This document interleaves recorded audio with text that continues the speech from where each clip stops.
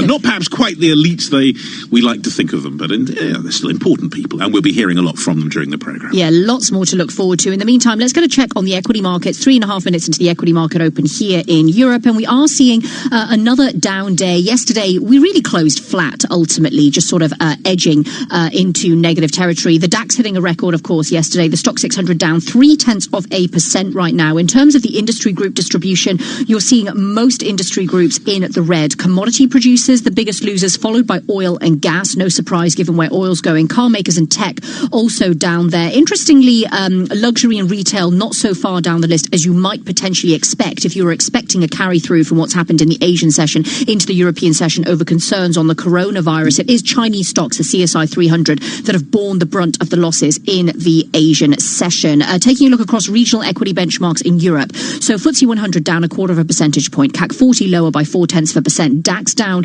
by the same, so coming off that record high. IBEX lower by 0.25 percentage point. The FTSE MIB is flat. Interesting, because yesterday we saw Italian banks hit around concerns on the Italian political situation. I mean, speaking of that, if we take a look at 10-year BTPs, right now that 10-year BTP yield is sliding 3 basis points. So yesterday we saw it jump about 8 basis points at one point. Luigi Di Maio's resignation is one thing the market's digesting, but it seems as if for now the market is taking a fairly sanguine view over whether this will lead to another snap election. It could, though, also be just about what's happening elsewhere in yields, because you're seeing yields sliding across the spectrum, both in the core and the periphery, on the risk-off tone. The 10-year Bund yield down a basis point, negative 27. The 10-year Treasury yield down 2 basis points, just below a 175 handle. Towards the start of this week, TD Securities said in the short term, the 10-year yield could hit 170 on concerns around coronavirus, so we keep a close eye on that. In terms of FX, G10, so the Aussie dollar outperforming, that moving on data and perhaps a little bit of repricing around central bank policy, better than expected jobs data, damping expectations for a rate cut. I've got to talk about the pound, but I'll leave that for our chat in a moment, Roger. Taking a look at oil, this also coming under pressure. Again, demand concerns in the general risk-off around coronavirus. WTI 55.82, Brent crude at 62.39, down 1.3%. Right, okay, let's go on to what stocks are to watch this morning. And Bloomberg Equities editor Moena Coniam joins us on the line from Dublin now. Moena, ASOS, we've talked about the high street being a problem, of course, in the UK. Online sales, perhaps a bit iffy, but not so bad. But ASOS has really looked pretty good. 4-month sales, better than expected, all driven by Black Friday, apparently. Yeah, absolutely. So they reported total orders up 20%, and analysts had really only seen about 14.4%. And that included every region, including the UK, which had been a struggling market for the year. So that's over the last 4 months of 2019. But the big boost really was from those Black Friday sales, people going online more, trying to get a cheap bargain ahead of the Christmas season. That they had invested heavily in promotions, and there've been some concerns that maybe that would impact their margins, which it did, but it doesn't seem to be affecting the share price this morning. We can see now that the stock is up 7.5% on the day. So a really good day there for us. Okay, now let's talk about airlines. Lufthansa, they are talking about listing or thinking about listing their stake in the jet maintenance unit. Yeah, so the people familiar have said that they are thinking about offering stock in its unit Technic, which does its jet maintenance. And there's a possibility they could also do a partial spin-off to shareholders. And either of those would be able to create funds for increased digitalization and possibly some acquisitions. The shares are reacting positively this morning, up to about 2.6% already. And I think one of the things there is that spreading themselves out would remove the conglomerate discount that has been historically weighing on the shares, and they've been underperforming other airlines. And finally, Hochtief, the German construction company, they see their full-year nominal net at 660 million euros after exiting the Middle East and also reassessing exposure to a BICC unit. Yes, so it's a very difficult day for them today. Shares are trading down 9% already, in fact more than 9%. They have their CIMIC Group, which they hold 73% of, has said that they see a charge of $1.8 billion on their exposure to BIC contracting. Basically, there's been a deterioration of conditions in the Middle East, and that unit is going to exit the Middle East and is also cancelling its dividend. So that is weighing on Hochschild shares this morning. Okay, Moena, thanks so much. Moena Coniam there joining us on the line from Dublin with stocks to watch. Let's get back to our top stories. And Chinese officials have halted travel from Wuhan, essentially putting the city in quarantine. Bloomberg's Brian Curtis has more from Hong Kong. A quarantine of a city larger than New York will be difficult to enforce, but it is a start. The coronavirus has already spread to a number of countries.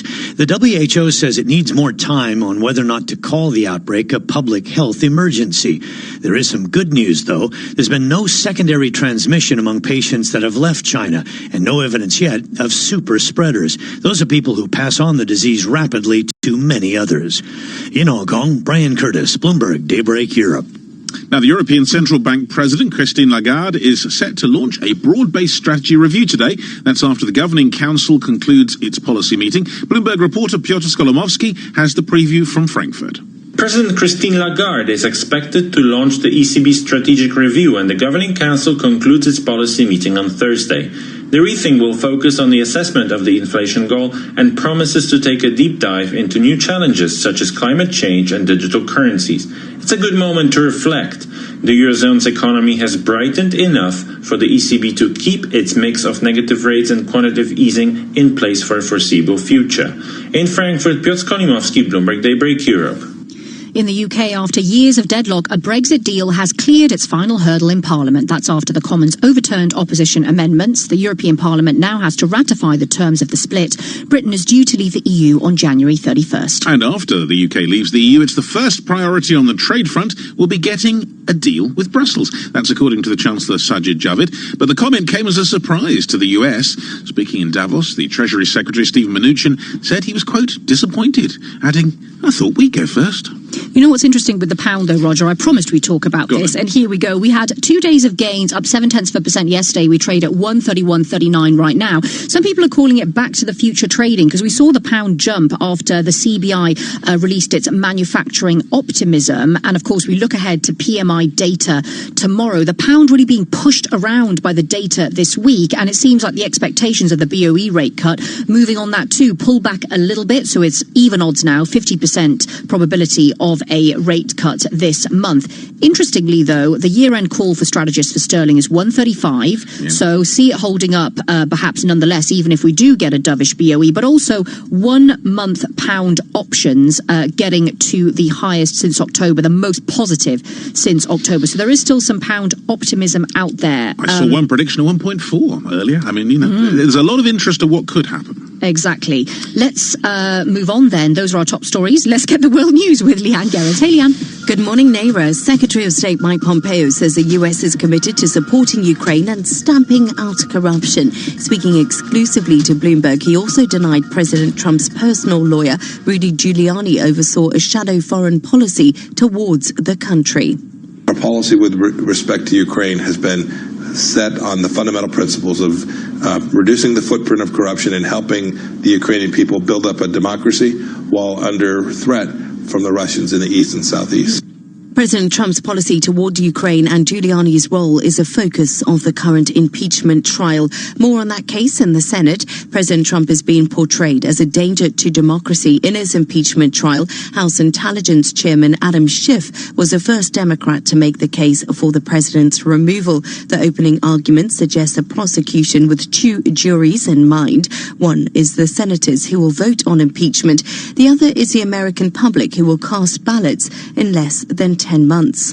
Now to Europe. Italian Prime Minister Giuseppe Conte has cancelled his trip to Davos. That's after Luigi Di Maio resigned as leader of the Five Star Movement, the biggest partner in the coalition, triggering turmoil back in Rome. Di Maio has been under attack from critics inside the party for months, which threatens to undermine the government as a leadership battle will now get underway. Conte is set to focus on the mounting tensions within the coalition ahead of crucial regional elections. They are happening this weekend. And the US has posted its worst result in 8 years in a global corruption index. Bloomberg's Zoltan Schimann has all those details. The US was tied with France for 23rd place, according to a report published by Transparency International. Denmark and New Zealand tied for first, indicating the lowest levels of corruption. Growing threats to a system of checks and balances under President Donald Trump and the entrenchment of a pay-to-play culture contributed to the U.S. slide in the index. In Budapest, Zoltán Simon, Bloomberg Daybreak Europe. Global news 24 hours a day on air and on Quick Take by Bloomberg, powered by more than 2,700 journalists and analysts in more than 120 countries. I'm Leanne Gerrans. This is Bloomberg.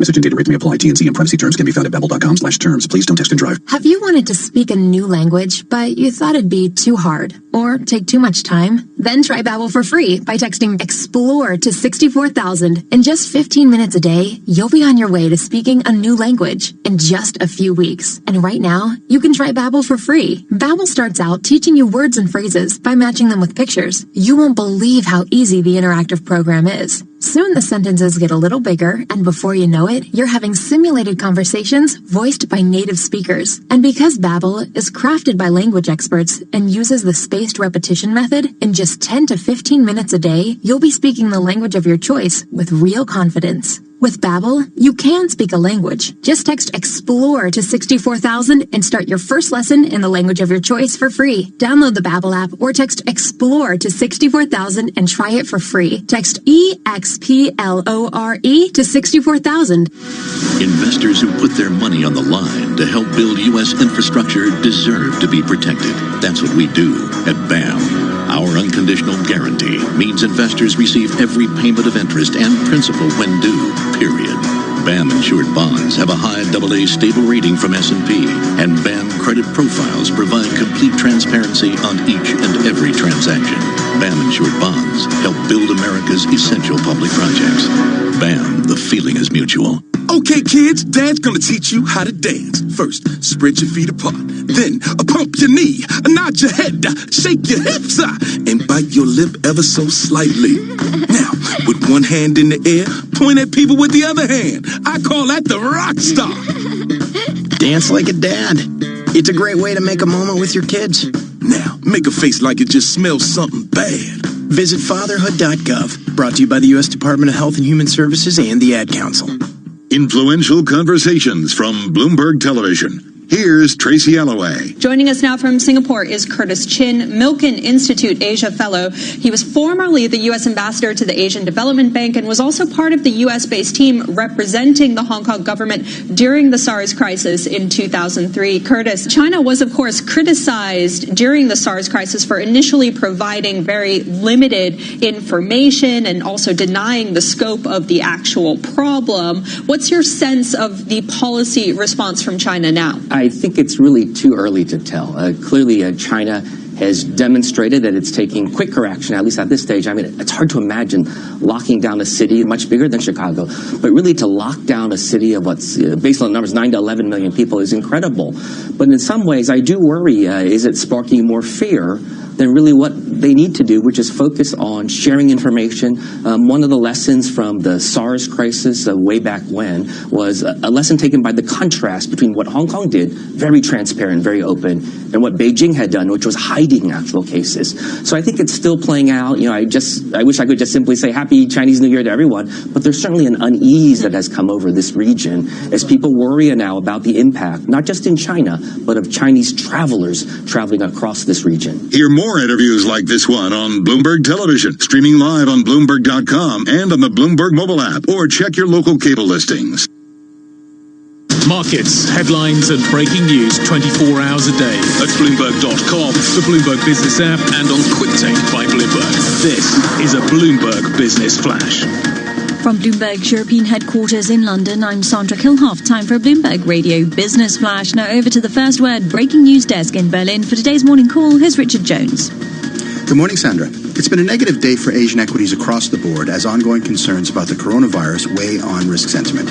The Nikkei 225 closed lower by 1%, the Kospi down 0.9%, the Hang Seng lower by 1.5%, and the Shanghai Composite down 2.8%. The E-mini S&P and E-mini Nasdaq futures have paired earlier losses, with both now trading little changed on the day.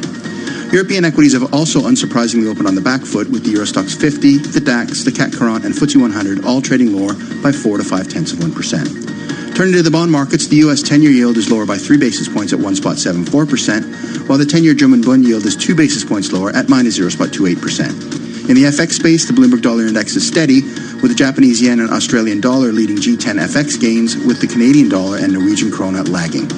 Looking at the European event risk calendar today, we get Swedish unemployment in addition to the rate announcements from the ECB and the Norges Bank. That's it for me. For more macro breaking news, it's SQUA Go on the Bloomberg Terminal. Sandra? Thanks, Richard. That's a Bloomberg Business Flash. Now here's Leanne Garrins with more on what's going on around the world. Sandra, thank you. 3 people have died after a plane carrying water to help fight the Australian bushfires crashed. The wreckage was found in the region of New South Wales. Officials say there was a large fireball as the aircraft hit the ground, but there's no indication yet as to what caused it. Angela Merkel will speak at the World Economic Forum today, where she's likely to focus on foreign policy challenges such as a war in Libya and the unravelling Iran nuclear accord. But closer to home, CDU lawmakers are calling for the German Chancellor to tackle the economic slowdown. It comes as a global survey by Edelman showed German citizens are the third most concerned in the world when it comes to the economic outlook. And the International Court of Justice will today decide whether emergency measures are required to prevent Myanmar conducting genocide against its Rohingya minority. Last month, Aung San Suu Kyi defended her country against accusations of systematic human rights abuses. The case was brought by the Gambia. Global news 24 hours a day on air and on QuickTake by Bloomberg, powered by more than 2,700 journalists and analysts in more than 120 countries. I'm Leanne Garrins. This is Bloomberg Naira. Thank you so much, Leanne. Now let's get back to our top story. And China's coronavirus outbreak is spreading, with the epicenter city of Wuhan placed on lockdown with travel suspended. That's as officials try to stop the spread of an infection that's already killed at least 17 people and infected hundreds, maybe thousands more. For more, let's go live to Beijing, where Bloomberg's China correspondent Selina Wang is standing by. Selina, great to have you with us. There's been a lot of different information flying around. So what do we know for sure in terms of the latest developments and China's response? So what we know for sure right now is that there have been 17 confirmed deaths. That's about twice the number that we had from officials from yesterday. And we also know that there are hundreds of people who have been infected. However, researchers say that that number could be in the thousands. You have Macau reporting its second infected person. You have the first cases in Hong Kong and Washington State in the United States. You also have throughout Southeast Asia, South Korea, Japan. So you have worldwide governments on high alert right now, and China has implemented a nationwide screening program. But this is all complicated, of course, by the fact that hundreds of millions of people are traveling around this time period for Chinese New Year, which is tomorrow. So it makes screening and monitoring even more difficult. And add to that the fact that we've learned that some of the people who have died did not exhibit a fever. So that means the ability to catch this is quite difficult. And Selina, I mean, amongst those hundreds of millions you're talking about won't be, I guess, the 11 million in Wuhan, because they are restricted now. Do we know the details of how much restriction there is? Can anyone move out of that city? So it's essentially under lockdown in the sense that outbound flights and railway has been banned, as well as public transportation in the city. So that means people could potentially leave by car, but the officials have told people not to leave unless they have some extreme special reason. You also have Hong Kong now stopping the high-speed rail from Hong Kong into Wuhan. Now, this is a city of 11 million people. It's an important hub for the high-speed railway station. It's at the geographic center of China, so this certainly disrupts a lot of travel throughout the country. Selena, the World Health Organization has delayed its decision on whether to call this a public health emergency of international scale. If it does decide to do that, how would it change things? Now, they could potentially call for some emergency measures, such as restricting some travel, restricting some trade.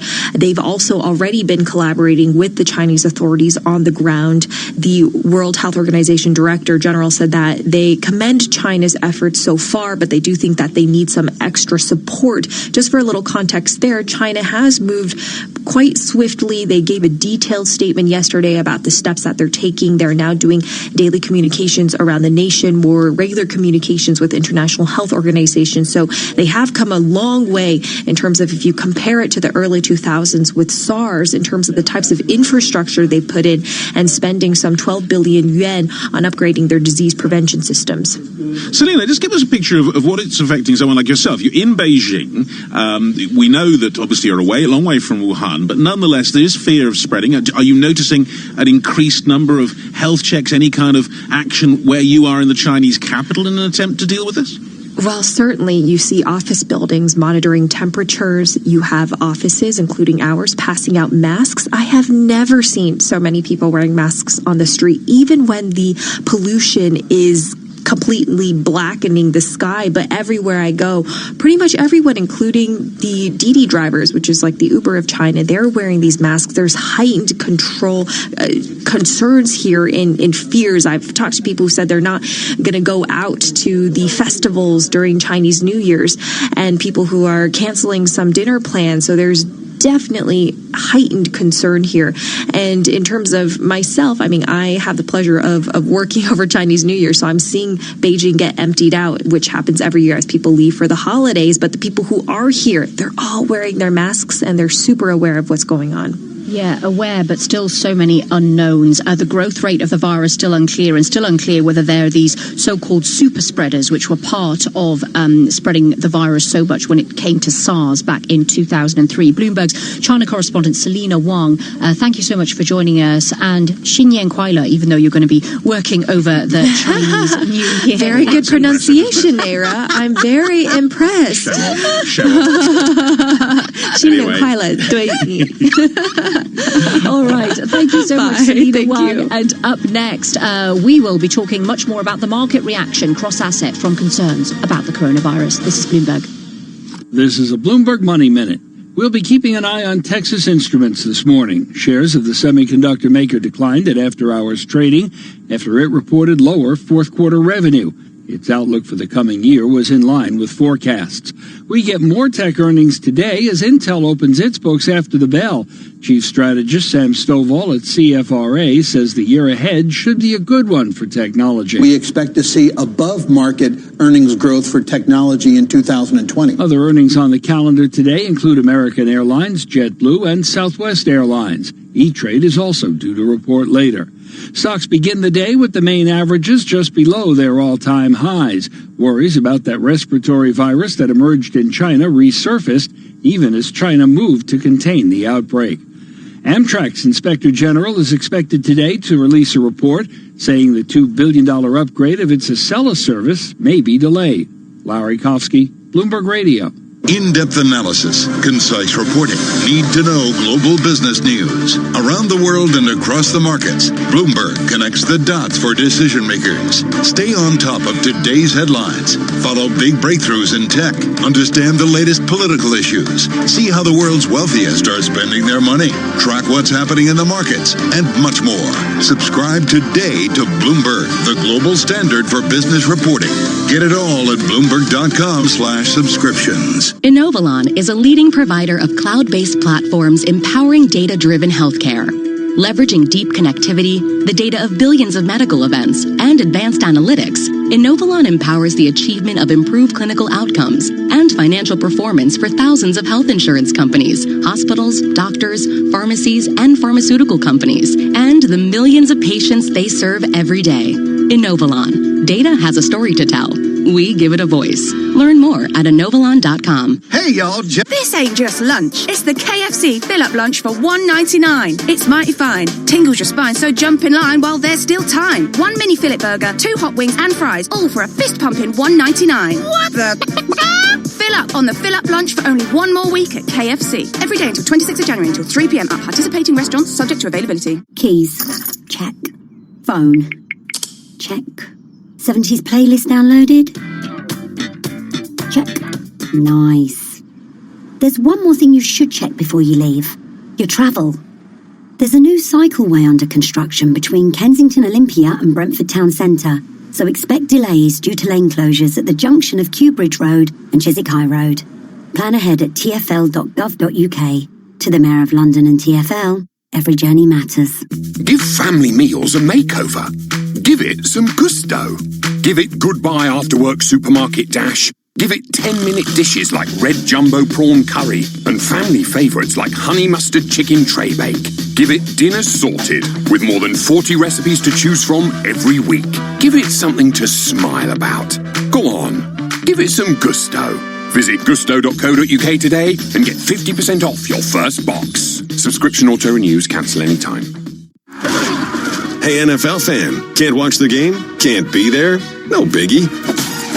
With your TuneIn Premium membership, you already have an all-access pass to every team and every game in the league. Amazing, right? Steps up, floats it towards at the goal line, it's intercepted! Listen live as the action unfolds or on demand when you can. Anytime, anywhere, all season long. Right side, it is caught, it is in for the right side for the touchdown to Keenan. Search NFL today.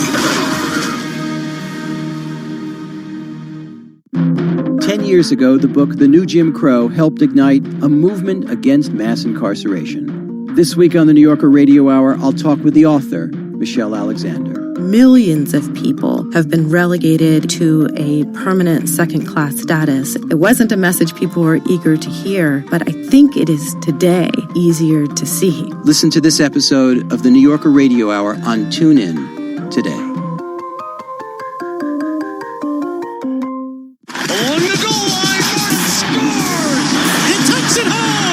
Hockey fans, the 2019-20 NHL season is here. Here's Pietrangelo, he scores!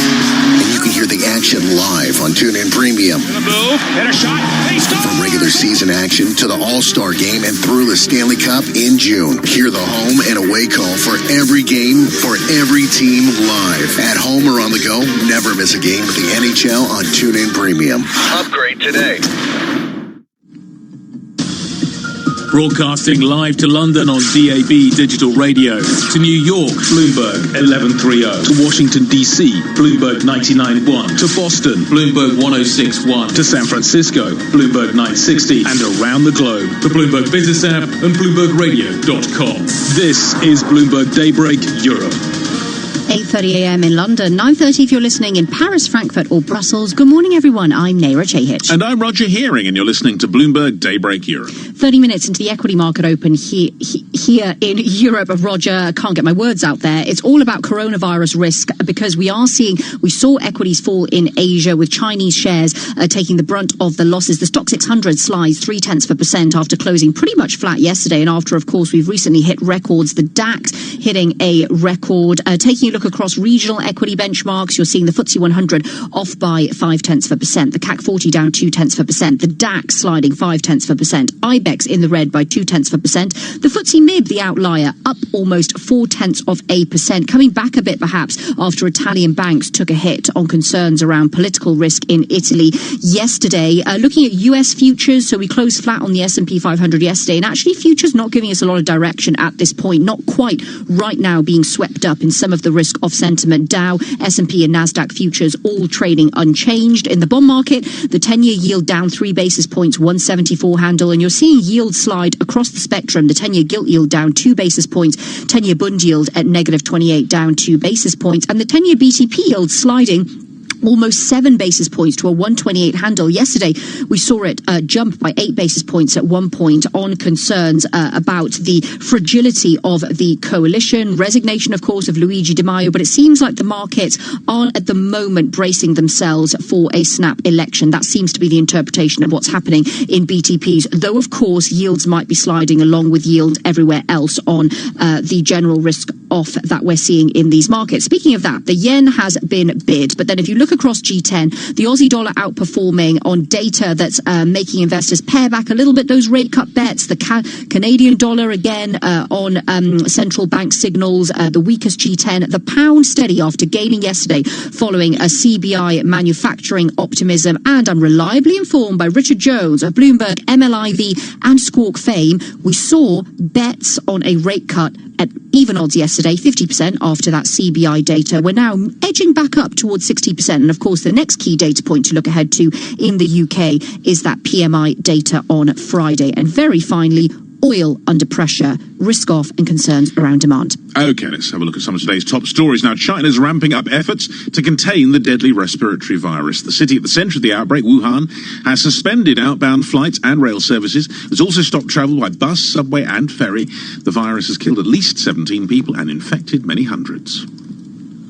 A few hours from now, if we turn to central bank policy, the ECB announces the first appraisal of its inflation goal since 2003.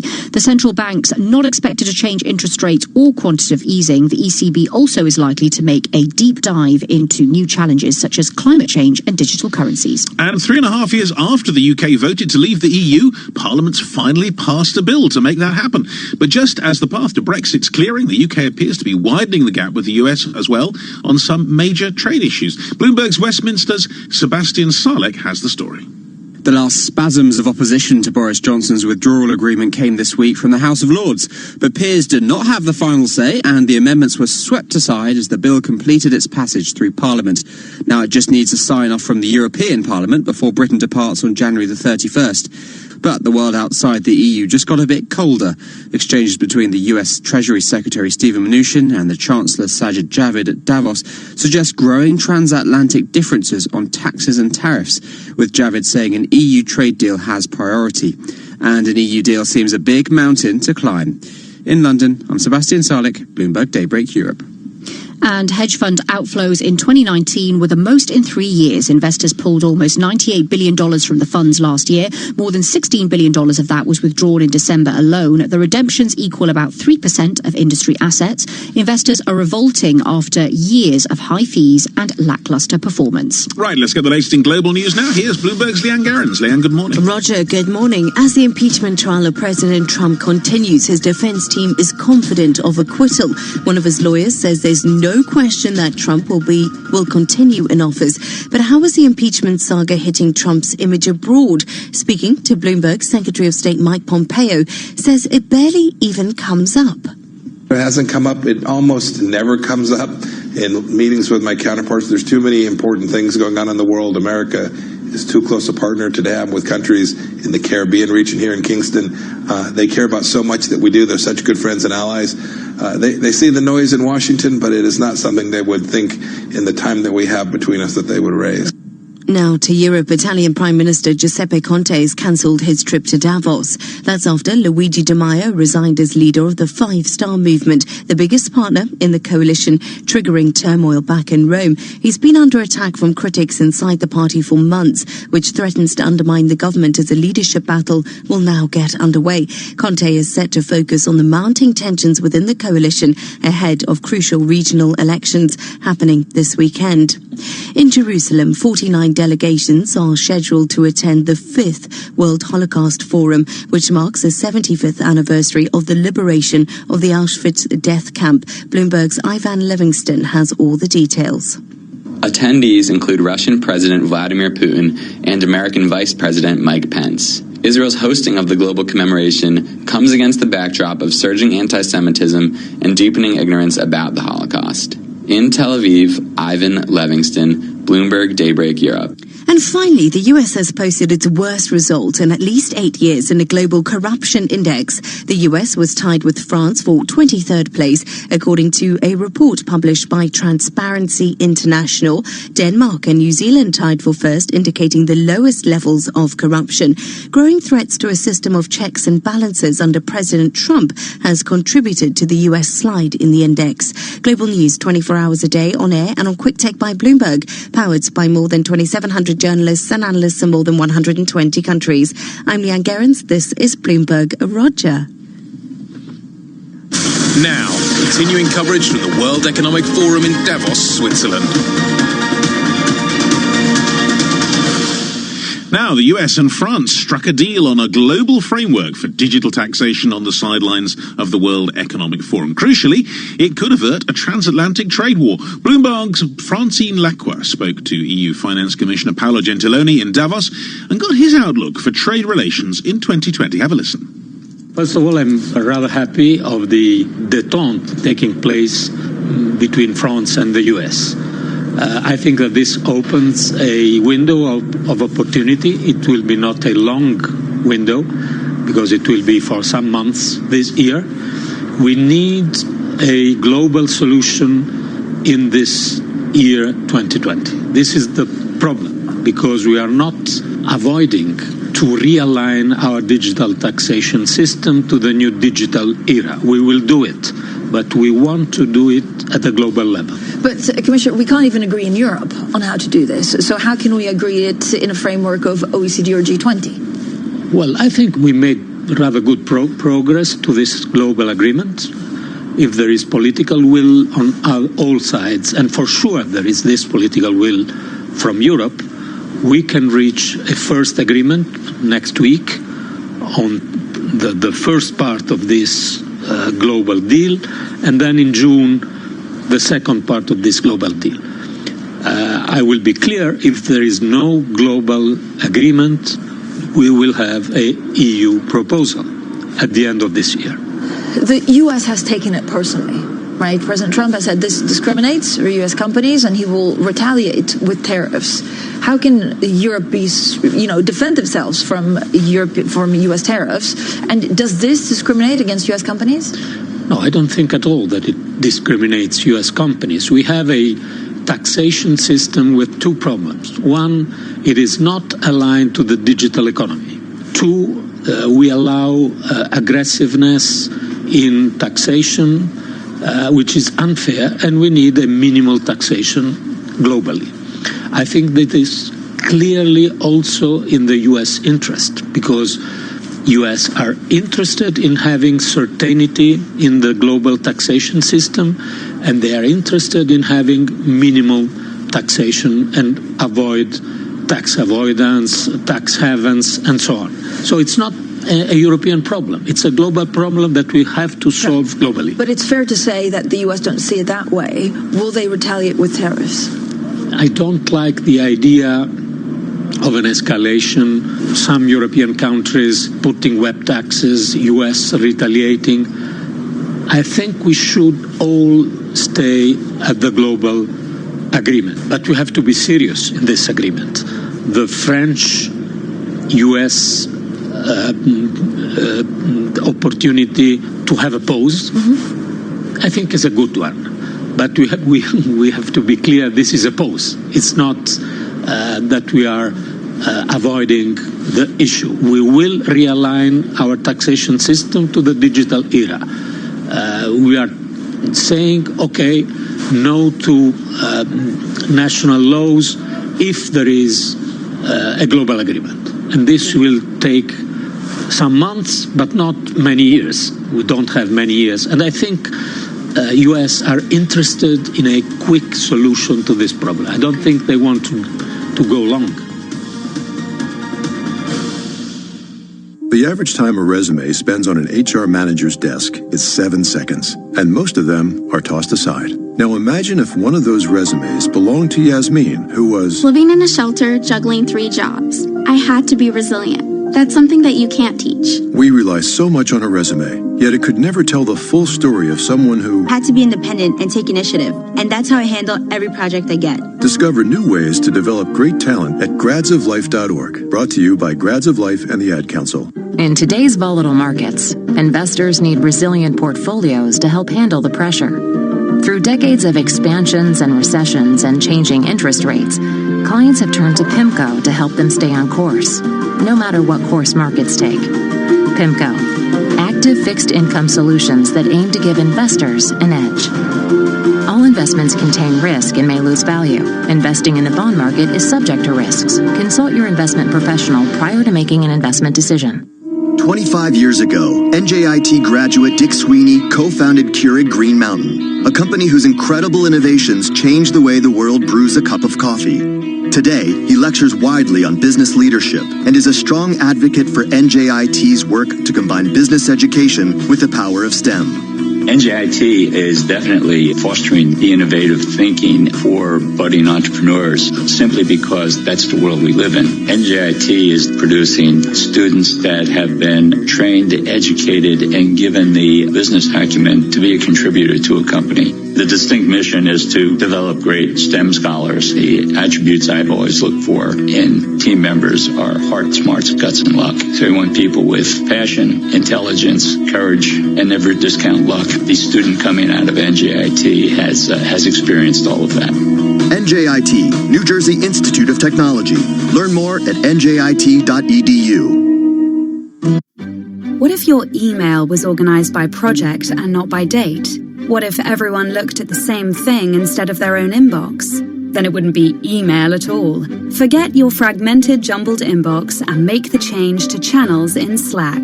Spaces dedicated to individual projects, topics, or teams. All your communication is neatly organized and everyone is on the same page. Slack. Choose a better way to work. Get started at slack.com. Ladies and gentlemen, behold the world's most fantastical, sensational number. 23 million. This Friday's Euro Millions jackpot is a massive £23 million. Euro Millions from the National Lottery. Your numbers make amazing happen. Estimated jackpot. Rules and procedures apply. Players must be 16 or over. Hello, I'm your captain for today's Virgin Atlantic flight. Please drop everything and pay close attention to the following announcement. The sail is now on. Our crew are ready to take your bags and stresses away. The cocktails are ready to serve, the movies are loaded, and we're all set for takeoff to the Caribbean. So, take your seat in our award-winning economy class. We're ready to go when you are. The Virgin Atlantic sail. Fly amazing for less. For more details, visit virginatlantic.com. This is a live message from the Survivalist Network. There are reports of an impending zombie apocalypse reaching London. But don't panic. Our intel shows that for £199 a month with 0% APR representative, you can locally access the Toyota Hilux Invincible, the only vehicle with the build strength to withstand savage hordes of the undead. Once inside your Toyota Hilux, stay on this frequency for updates. You'll be fine. 0% APR representative on new sales of Hilux Invincible over 42 months. £199 per month. Customer deposit of £10,246 when financed through Access Toyota by 31st March 2020. £12,525 optional final payment. Subject status to over 18s. Indemnities may be required. Conditions apply. Toyota Financial Services. The Sky Broadband sale ends soon. Get a massive 30% off superfast broadband and anytime calls. It's now just £25 a month for 18 months. So you can stream, share, play or tweet in the living room, bedroom, hey, any room you like. It's usually £37 a month, but now it's just £25 a month for 18 months plus $19.95 setup. So what are you waiting for? Offer ends 6th of Feb. Visit sky.com today. Sky Fibre network area. Speeds vary by location. Prices may change during contract. Terms apply. Hey, NFL fan, can't watch the game? Can't be there? No biggie. With your TuneIn Premium membership, you already have an all-access pass to every team and every game in the league. Amazing, right? Steps up, floats it towards, at the goal line, it's intercepted! Listen live as the action unfolds or on demand when you can. Anytime, anywhere, all season long. Right side, it is caught. It is in for the right side for the touchdown. Search NFL today. You love TuneIn for live breaking news from CNN, MSNBC, Fox, CNBC, and more. But when you can't catch your favorite show as it airs, it might just be a click away as a podcast. Search your favorite news station to explore all the on-demand news shows on TuneIn. Pascal got Get your favorite NBA team right here on TuneIn. A step back, deep three is up and in! Search NBA on TuneIn and hear all the action. The NBA lives on TuneIn. Are you curious what others are listening to on TuneIn? Head to the trending section under Browse to see the most popular stations and podcasts among TuneIn listeners right now. Check it out. You might just discover something new for yourself. Headlines and breaking news 24 hours a day at Bloomberg.com, the Bloomberg Business app, and on QuickTake by Bloomberg. This is a Bloomberg Business Flash. From Bloomberg's European headquarters in London, I'm Sandra Kilhoff with this Bloomberg Radio Business Flash. Now, it's another down day in Europe as investors gauge the contagion risk associated with the spreading coronavirus. That dragged down Asian equities ahead of the Lunar New Year close. It's also weighing on U.S. stock futures. The Stock 600 and the FTSE here in Europe currently down 0.4%, while the DAX has slipped 0.6% in Frankfurt. If we look at stock specifics, I am keeping a close eye on ASOS, currently up 9% here in London after reported a better than expected sales period over the holiday season.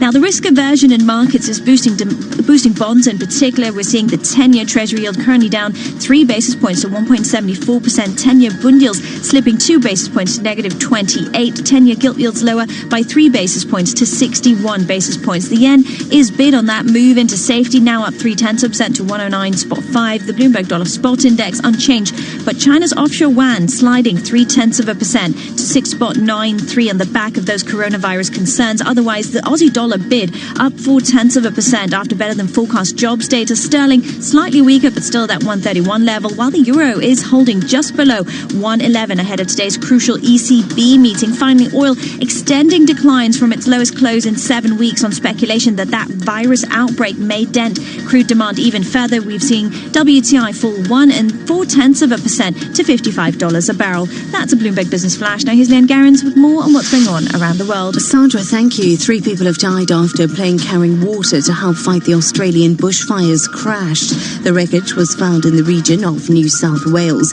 Officials say there was a large fireball as the aircraft hit the ground, but there's no indication yet as to what caused it.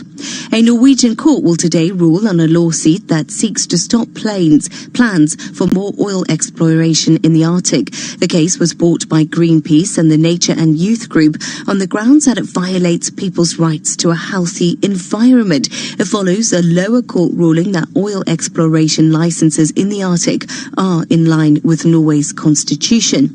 And finally, Japan's government is pushing for fathers to take paternity leave as the country faces a demographic crisis.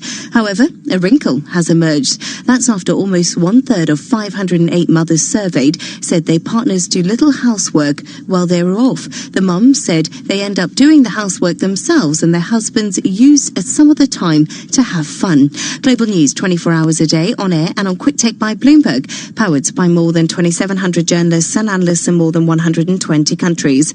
I'm Leanne Gerrans. This is Bloomberg Naira. Very interesting, Leanne. Are we all au fait with the concept of mental load when it comes to sharing labour in the home? Mental load?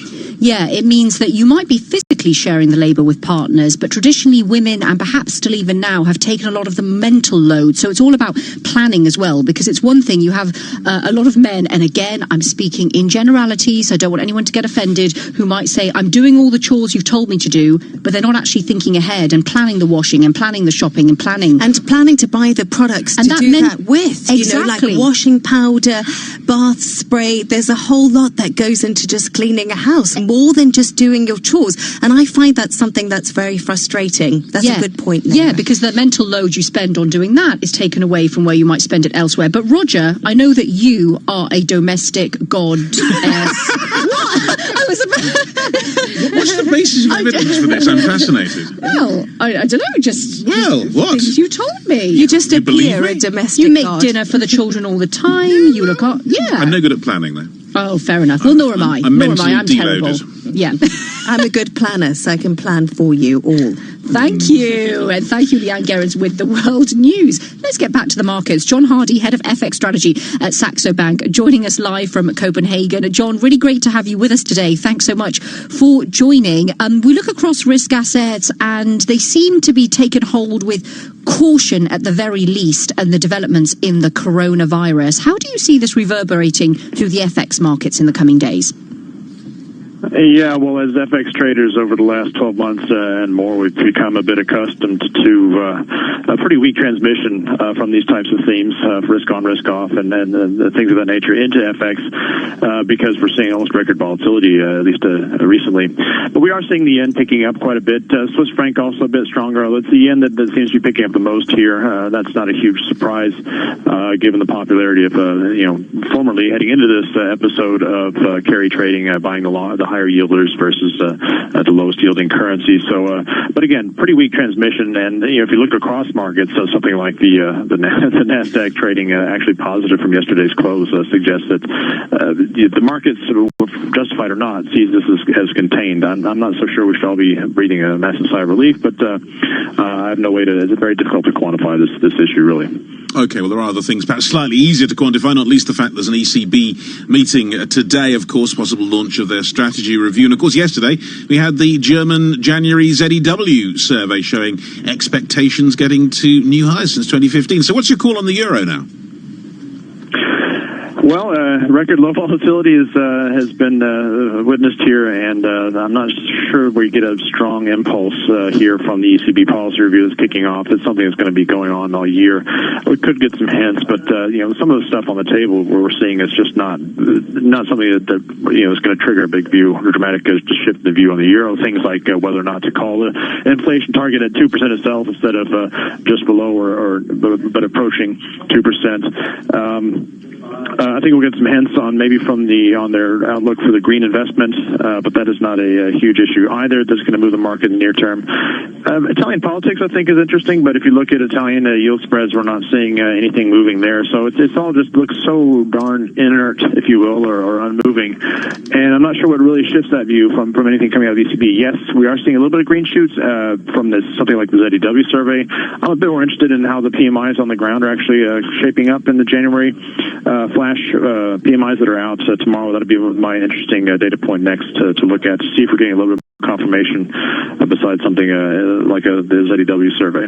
Yeah, they'll come out for the Eurozone, but also for the UK, John. And we've certainly seen the pound cable pushed around a little bit by the data this week, gaining 0.7% yesterday. 131.34 is where we sit. There's around about a 60% probability priced in the market of a rate cut from the BOE this month.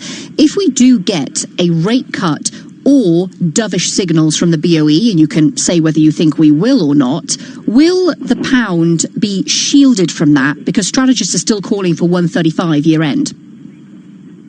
Well, that's a really critical question, and I was pretty certain we were shaping up for a rate cut next week. I'm a bit, everything is about probability, and that probability spread to me has pulled back a little bit. I think something like what we saw yesterday, the CBI survey, Q1 business optimism. I mean, posting a dramatic turnaround to plus 23 from minus 44 in Q4, and then the highest level post the Brexit vote.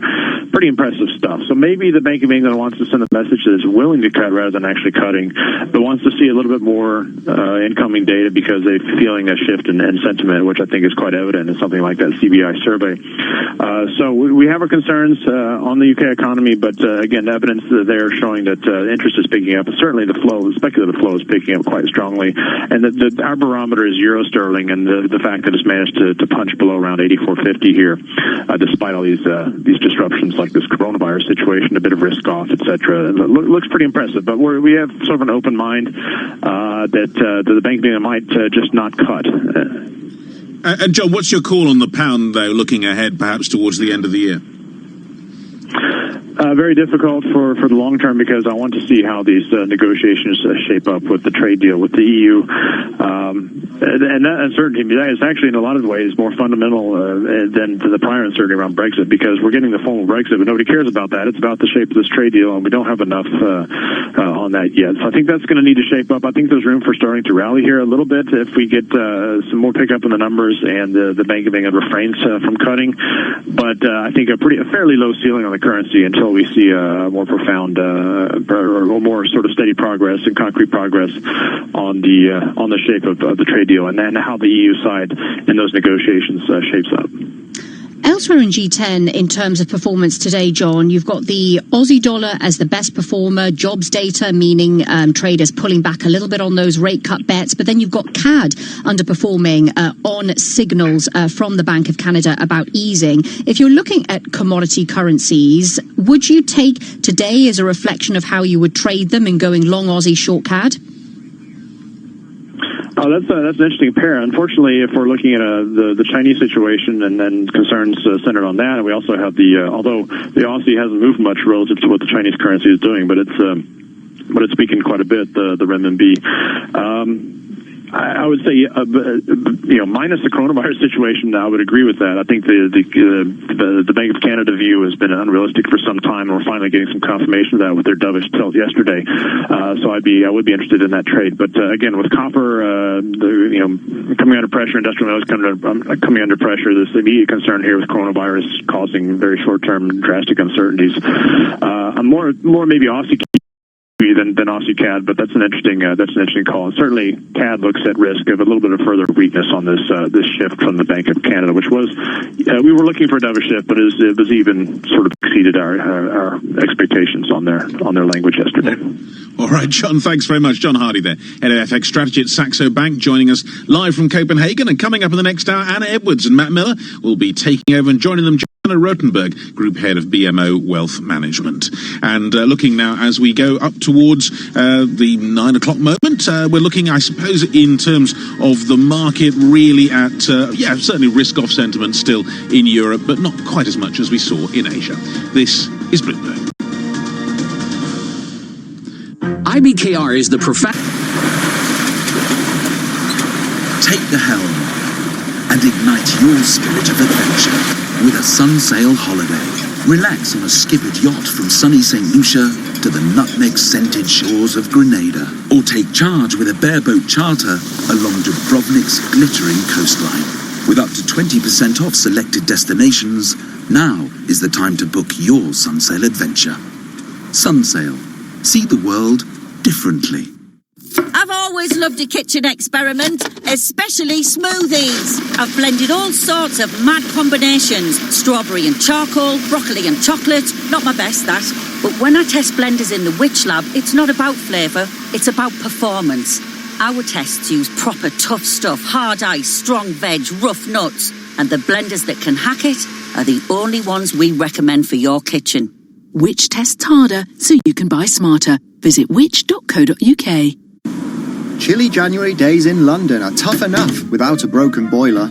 Keep your home warm and working this winter with 2 years interest-free credit and your boiler installed by one of our expert engineers. Plus, you'll get a 5-year British Gas warranty. And we can even quote by video call after work or on weekends. Get a quote by the 29th of February, and you can also get £200 off a new boiler or £400 off for our existing home care customers. Search British Gas New Boiler. Conditions apply. In case you didn't know, TuneIn lets you listen to the same radio stations you pick up on your home or car radio, except you can hear them from anywhere. If you want to find a station from somewhere else in the world, navigate to the By Location section under Browse. Keep exploring with TuneIn. At Bloomberg.com, on the Bloomberg Business app, and on Quick Take by Bloomberg. This is Bloomberg Radio. This is Bloomberg Daybreak Europe. What we're now seeing for the first time is this facade of absolute unity beginning to break down in the EU. We expect that there will be some type of slowdown recession beyond 2019. The European banking system, although recovering, hasn't recovered, and there are areas of fragility. We've seen this before, trade talks that lead nowhere, and then tariffs. We just swing from one to the other, and markets get caught in the middle. Bloomberg Daybreak Europe with Anna Edwards and Matt Miller on Bloomberg Radio. Good morning from London. I'm Anna Edwards. Matt Miller will be joining shortly live from Berlin. You're listening to Daybreak Europe live on London DAB Digital Radio. Quick bit of breaking news for you before we check these markets. The Norges Bank, so the central bank in Norway, has left its key rate unchanged at 1.5%. Looking at some analysis from Danske Bank before this decision, it seemed that a lot of people were interested in whether there was an expectation that policy would be on hold, but then they were also interested in whether the central bank would suggest that policy would remain unchanged in the coming period, or words to that effect. Norges Bank, for their part, they forecast a rate hike in 2020 in June, but the probability has fallen in recent weeks and is not much more than 50% at this stage. So we'll wait to see if we get any further guidance about where rates might go. Oh, there we go. Rates most likely at present level in coming periods, so says the Norges Bank. So that is interesting and as expected from the Norwegian Central Bank. Let's get back to the bigger picture around these markets, and Matt Miller is joining us now in Berlin. So Matt, let me tell everybody what's going on with the stock market story at the moment. Stocks in Europe down by 0.4%. We see real outperformance on the FTSE MIB, though, in Italy. That market up by 0.4%. Outperformance due to ST Micro doing well, the tech stock in their results, beating some of the estimates out there. That's one part of the story. Also, the Italian banks seem to be rebounding a little today. So there's some outperformance there. Elsewhere in Europe, though, the FTSE 100 down 0.4%, the CAC 40 down 0.3%, the Xetra DAX down 0.6%, and the IBEX down by 0.2%, although there is some strength in the Spanish banking sector today as well. So an interesting move in banks. We see weakness in oil prices, which has weighed on oil majors in the first hour of trading. Brent is at 62.46. We see yields on the 10-year US Treasury at 1.73%. The dollar is fairly stable. We saw some buying of the Japanese currency, and really the buying of the yen and the fall in oil prices and the fall in stock prices are all to do with nervousness around coronavirus. And we saw the MSCI Asia Pacific session down by 0.7%. The Shanghai Composite in its last trading day before the Lunar New Year holiday down by just shy of 3%. Matt, good morning.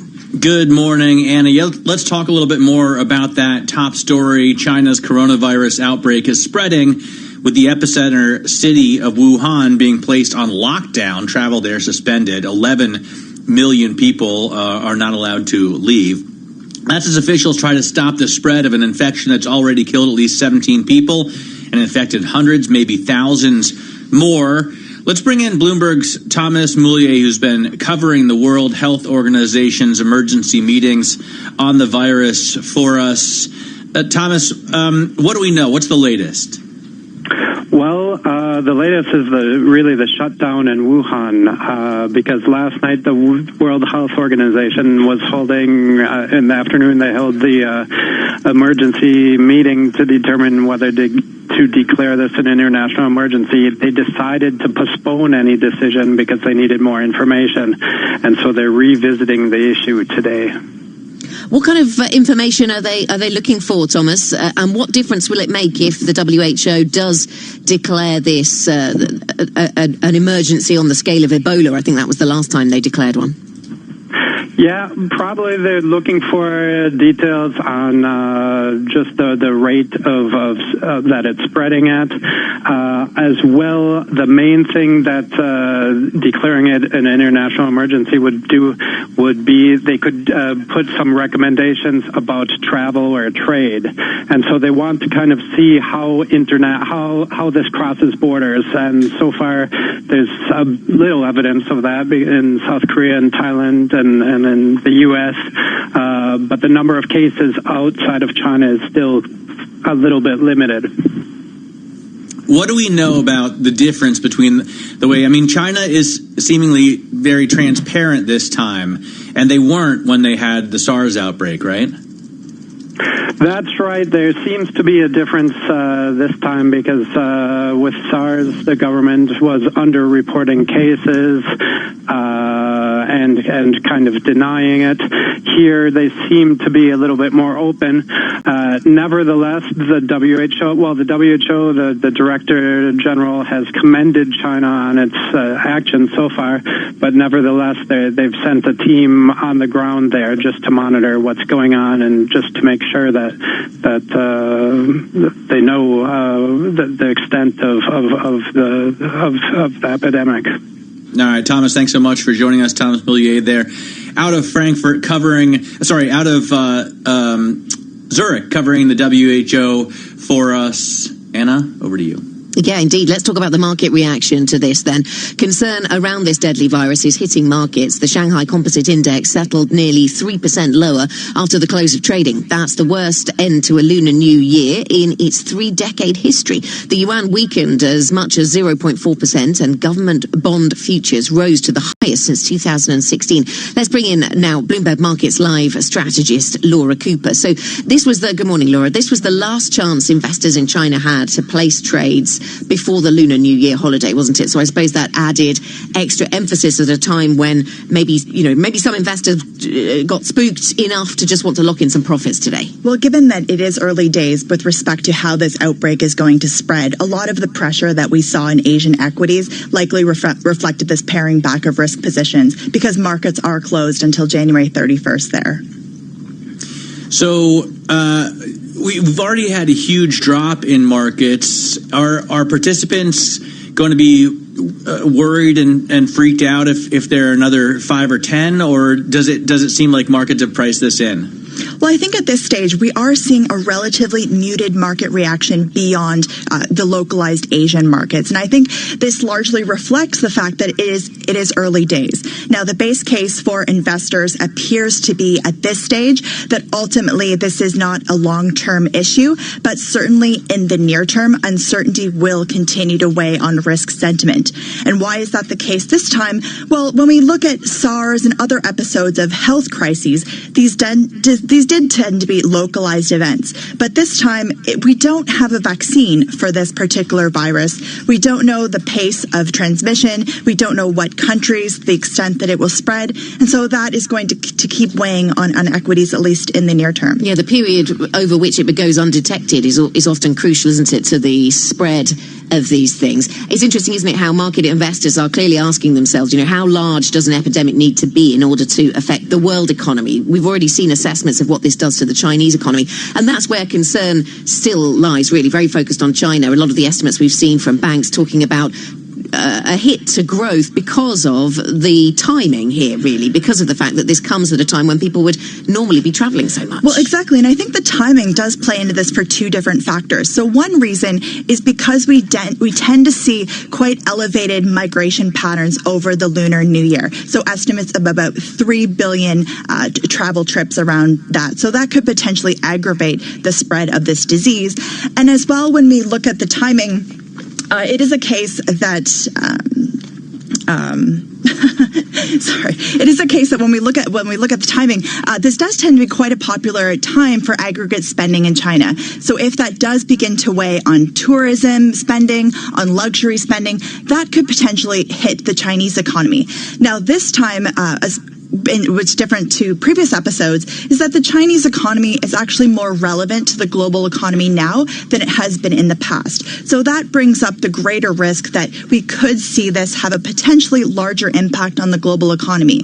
Now, it is too soon to gauge that, but certainly that will potentially weigh on Interesting. We heard from the IMF's Georgieva earlier on Bloomberg TV, Matt, and she was talking about how we live in such an interconnected world, and she was perhaps not talking about travel patterns, maybe more about the economy, but the two go hand in hand, and that makes us more shock prone on this kind of shock and many others. Yeah, I mean, when you have a city of 11 million people, not a lot of travel over a holiday when those people normally would, I mean, that's more people than live in maybe in Switzerland. I'm not sure. I heard that earlier, and I guess it Manhattan, yeah, but if you count, New York, like Westchester, then. By the way, Laura, I don't know if you were distracted by the SNB headline. We just saw a red hot, sticky headline roll by. Jordan says he doesn't see a new minimum exchange rate for the Swiss francs. I just wanted to bring that to people's Attention, and if you have a Bloomberg terminal, by the way, you can just type SNB Go, as you can with all central banks, for a really cool, detailed page on the central bank activities. Laura Cooper, thanks so much for joining us from the MLive team with a little market reaction of what's going on there after the Shanghai Composite settled 3% lower after the close of trading. Anna? And hearing there from the SNB reminds me we'll hear from the ECB later on, won't we? So we'll get to that story a little bit later on. For the latest in global news, here's Bloomberg's Leanne Gerrans. Anna, good morning. As the impeachment trial of President Trump continues, his defense team is confident of acquittal. One of his lawyers says that there's no question that Trump will continue in office. But how is the impeachment saga hitting Trump's image abroad? Speaking to Bloomberg, Secretary of State Mike Pompeo says it barely even comes up. It hasn't come up. It almost never comes up in meetings with my counterparts. There's too many important things going on in the world. America is too close a partner to have with countries in the Caribbean region here in Kingston. They care about so much that we do. They're such good friends and allies. They see the noise in Washington, but it is not something they would think in the time that we have between us that they would raise. Now, here in the UK, after years of deadlock, a Brexit deal has cleared its final hurdle in Parliament. That's after the Commons overturned opposition amendments. The European Parliament now has to ratify the terms of this split. Britain is due to leave the EU on January the 31st. Crossing over to Italy, Prime Minister Giuseppe Conte has cancelled his trip to Davos. That's after Luigi Di Maio resigned as leader of the Five Star Movement, the biggest partner in the coalition, triggering turmoil back in Rome. Di Maio has been under attack from critics inside the party for months, which threatens to undermine the government as a leadership battle will now get underway. Conte is set to focus on the mounting tensions within the coalition ahead of crucial regional elections happening this weekend.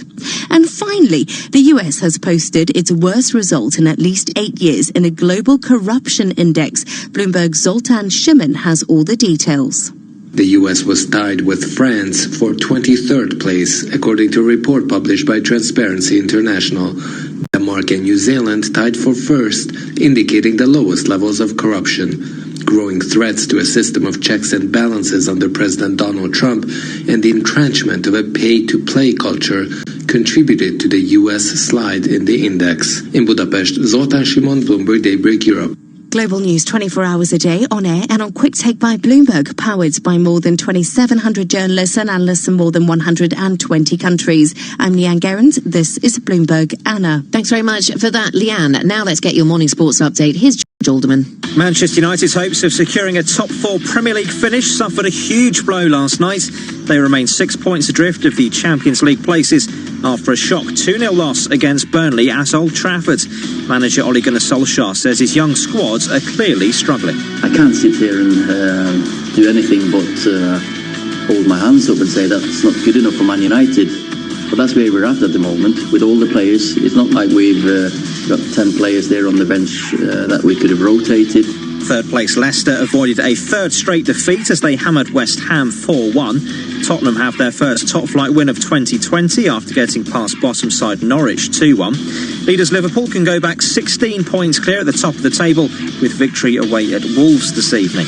And Northern Ireland's Rory McIlroy begins his attempt to reclaim his place as the world's #1 golfer later. Victory at the latest US PGA event in California, which starts today, will see him replace Brooks Koepka. That was your European sports report there.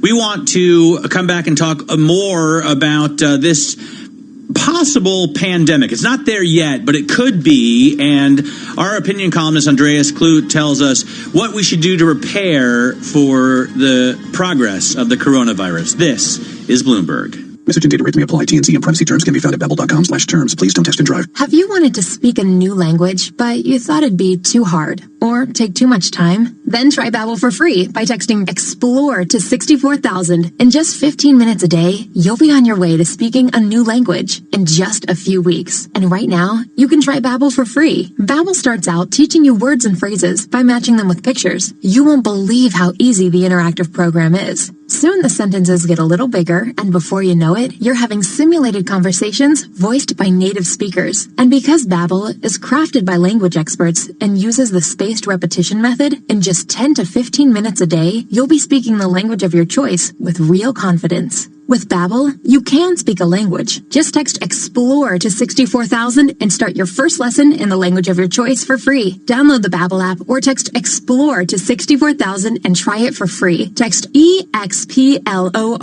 to 64,000. You knew the risks when you decided to drive drunk. There could be a crash. People could get hurt or killed. But that didn't stop you, did it? You knew you could get arrested. You could incur huge legal expenses, and you could possibly even lose your job. You were well aware of the consequences of driving drunk. But one thing's for sure. You were wrong when you said it was no big deal. Drive sober or get pulled over. This message brought to you by NHTSA. Imagine being fired because of who you love. Imagine being denied medical treatment because of who you marry. Imagine being evicted because of who you are.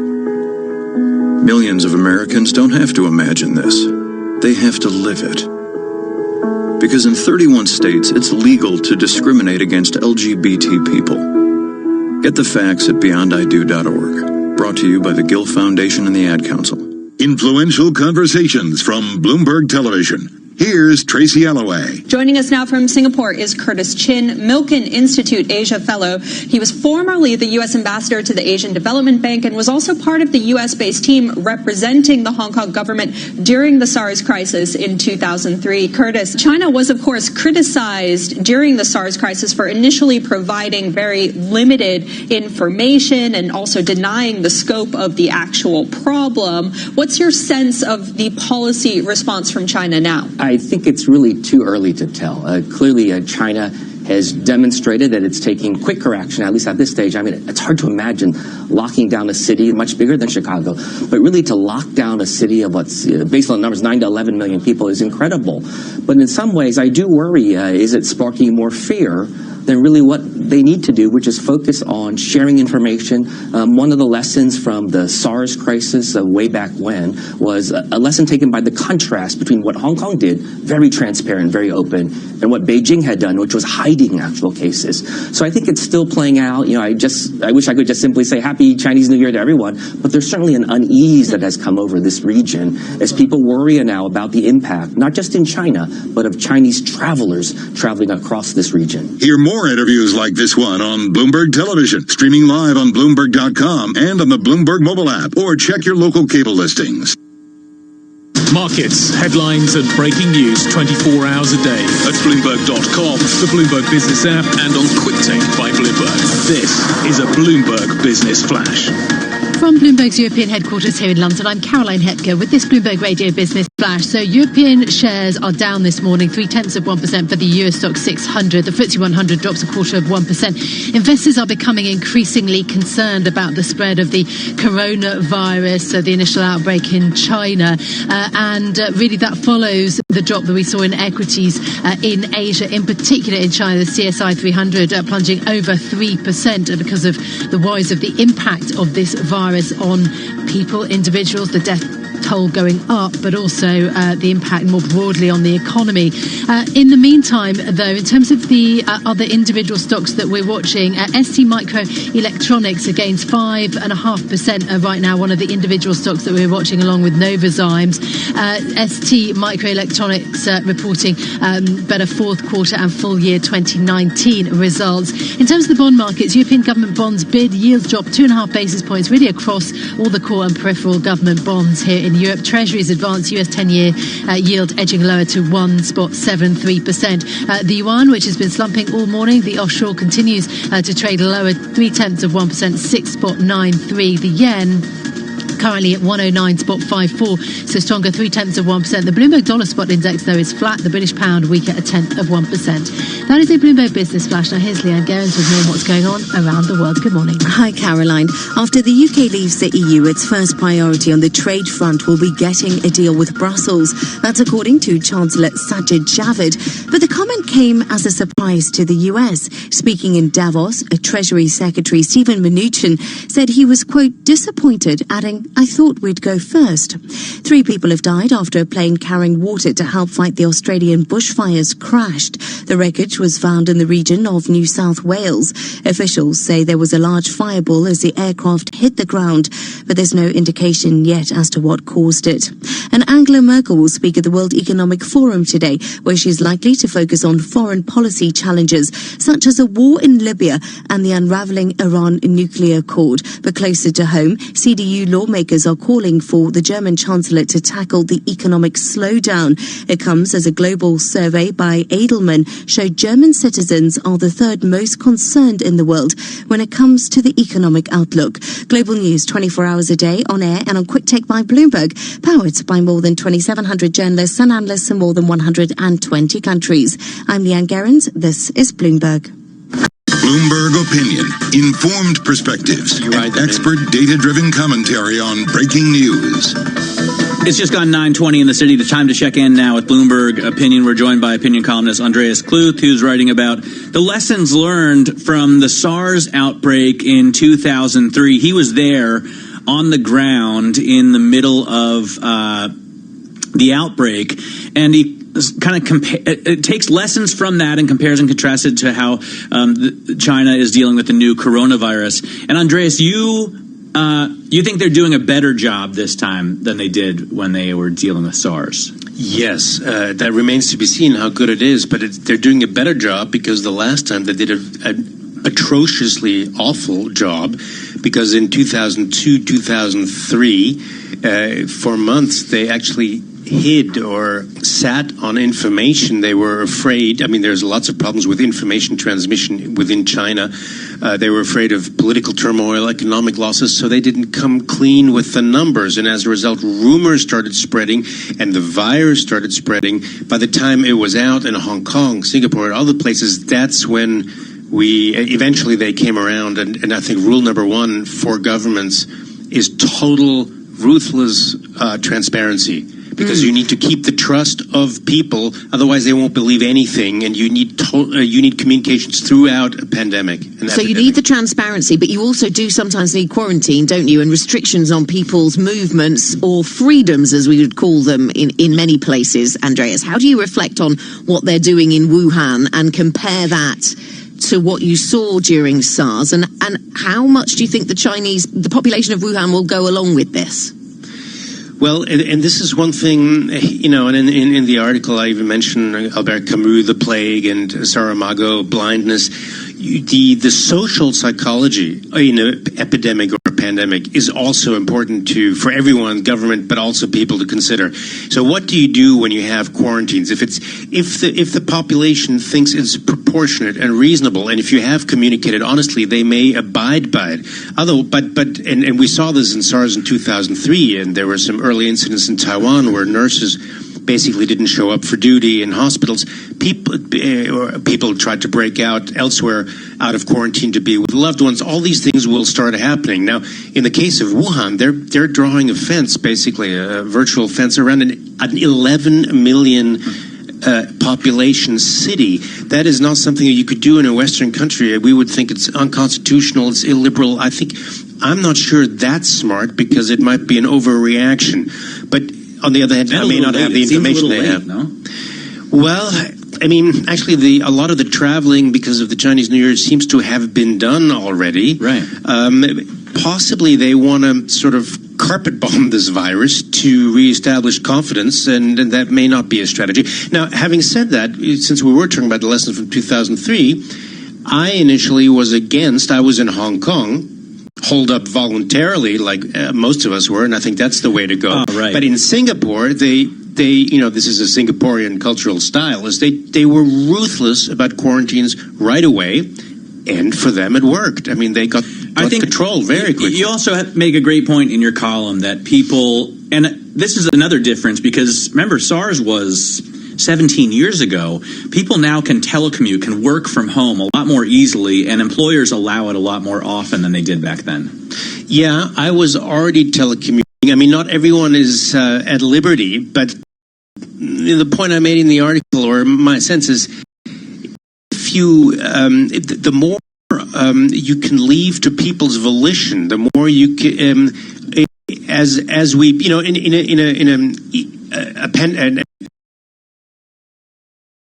a disease outbreak like this evolves. We don't have information. The more you can leave it up to people, the more they're going to cooperate. Mm-hmm.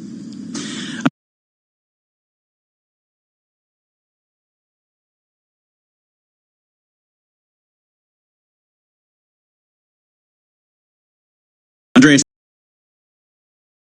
thanks so much, Andreas Kluth there, our Bloomberg opinion columnist on the developments so far in coronavirus and what we can take from the lessons that he learned during the SARS outbreak. Anna?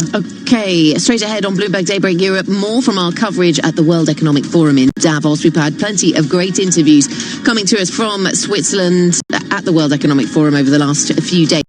A really good one from just the last 24 hours. We'll hear our interview with Morgan Stanley CEO James Gorman next. This is Bloomberg. With a Bloomberg Business of Sports report, I'm Michael Barr. Soccer players who defy Olympic rules by making protest gestures at the 2020 Tokyo Games will be supported by their global union.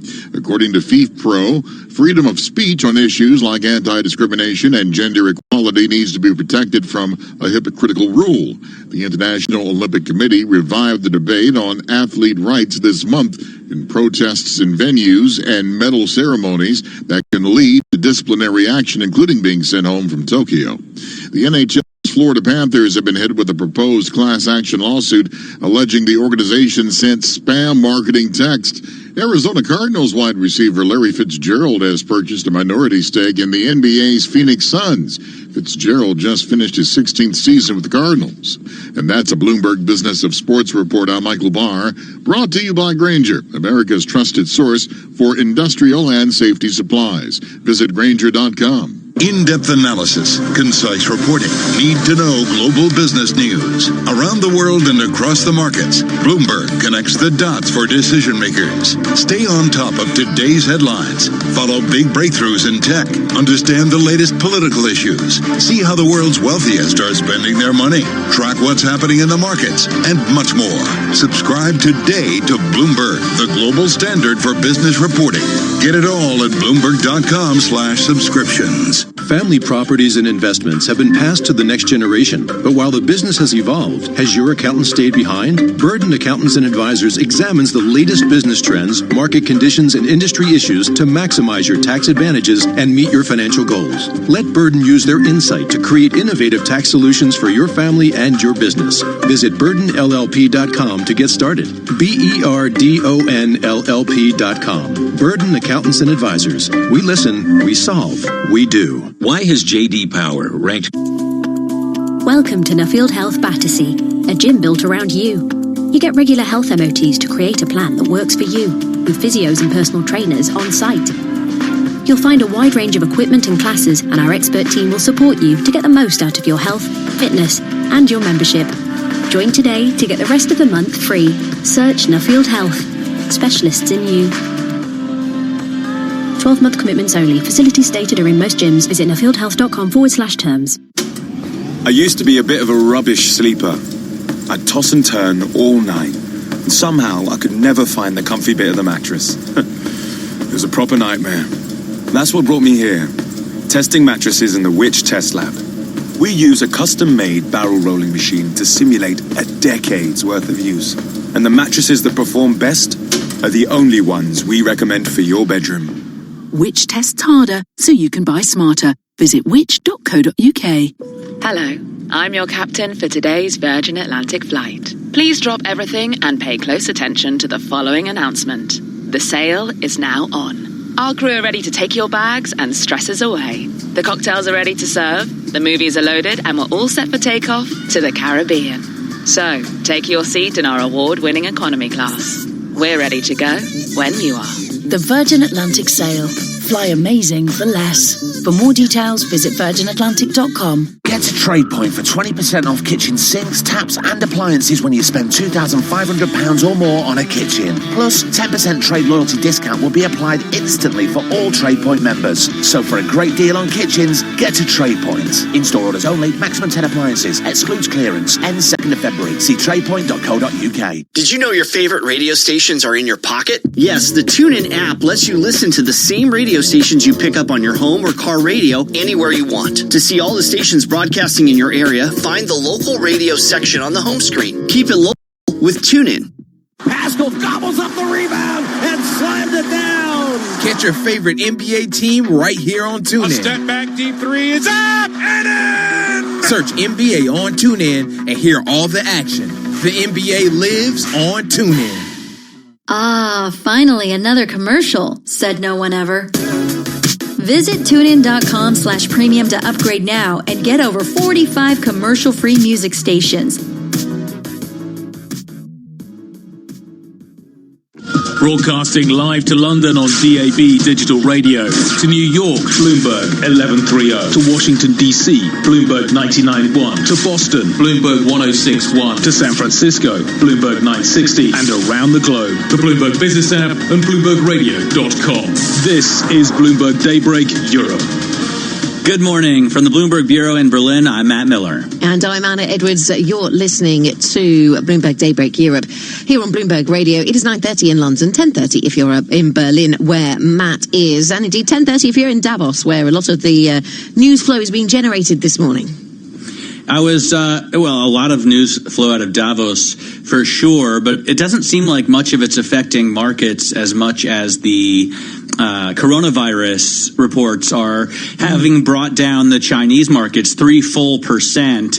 They are also affecting negatively the European equity indexes. We do have some gains here in Europe. For example, on the FTSE MIB in Milan and on the IBEX 35, the FTSE MIB helped by ST Microelectronics, which had a better than expected earnings report. And we don't have much of a loss really on the CAC 40 or the FTSE 100 in London either. Really little change there. By the way, I was just talking about ASOS, which is, I guess, an online retailer. Well, I know it's an online retailer because I report about the stock and I read a lot about the company, but I never hear it said out loud because here in Germany, it's not a thing, right? So, and apparently I say ASOS, which is not the right way. It's ASOS. It is ASOS. I have it reliably informed to me by people who use it more or talk about it more, I suppose. Frankly, as seen on screen. You could give it its full title if you really wanted to. Yes, as seen on screen, which is why I always think it's ASOS, and it's online anyway, so you're used to seeing the URL, not really hearing someone say, oh, I got these boots on ASOS, do you? In any case, that stock also doing terribly well after raising beating its full year or 4-month estimates. I'll get it right at some point. The stock is up 7.5% right now, so it has been up as much as 12.5%. The definition of terribly well. Terribly well. Let's talk. That was very English of you, Matt. I was quite thrown by that. I needed to define it a little more. Right, let's talk about what's going on in banking, and for that we do go back to Davos for another day of the World Economic Forum's annual gathering. It brings together world leaders, policymakers and senior executives, and one of the top interviews from this week was with Morgan Stanley CEO James Gorman. He spoke to Bloomberg's Tom Keene and Jonathan Ferro. They began by asking for his view on the Federal Reserve and whether he sees the balance sheet expansion as a form of quantitative easing. The Fed only has 2 real tools that they're working with at the moment, and they've pretty much exhausted the rates. So that's the reality. So they've only got the balance sheet that they're working with, and it is a form of QE. I mean, it has been subsidizing prices. It's been helping the markets along, and they've done it for good reason. I mean, when they raised rates, 12, 14 months ago, the markets took a scare. So I think the Fed is just bringing things back in line. Everybody in this valley wants to be James Gorman. Everybody I know wants to get into wealth management. They want to catch up with what you saw X number of years ago.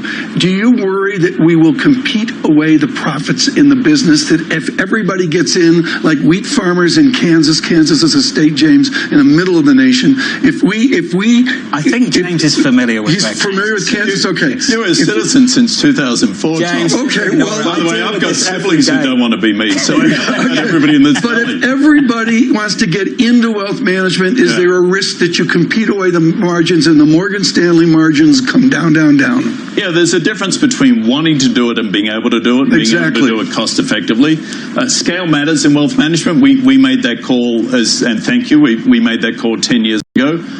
There are some monster players in wealth management, whether it's on the direct side with what Schwab and Ameritrade have now done, what Fidelity has done, obviously, and what the big full-service firms like ours have done. It's very hard to replicate that.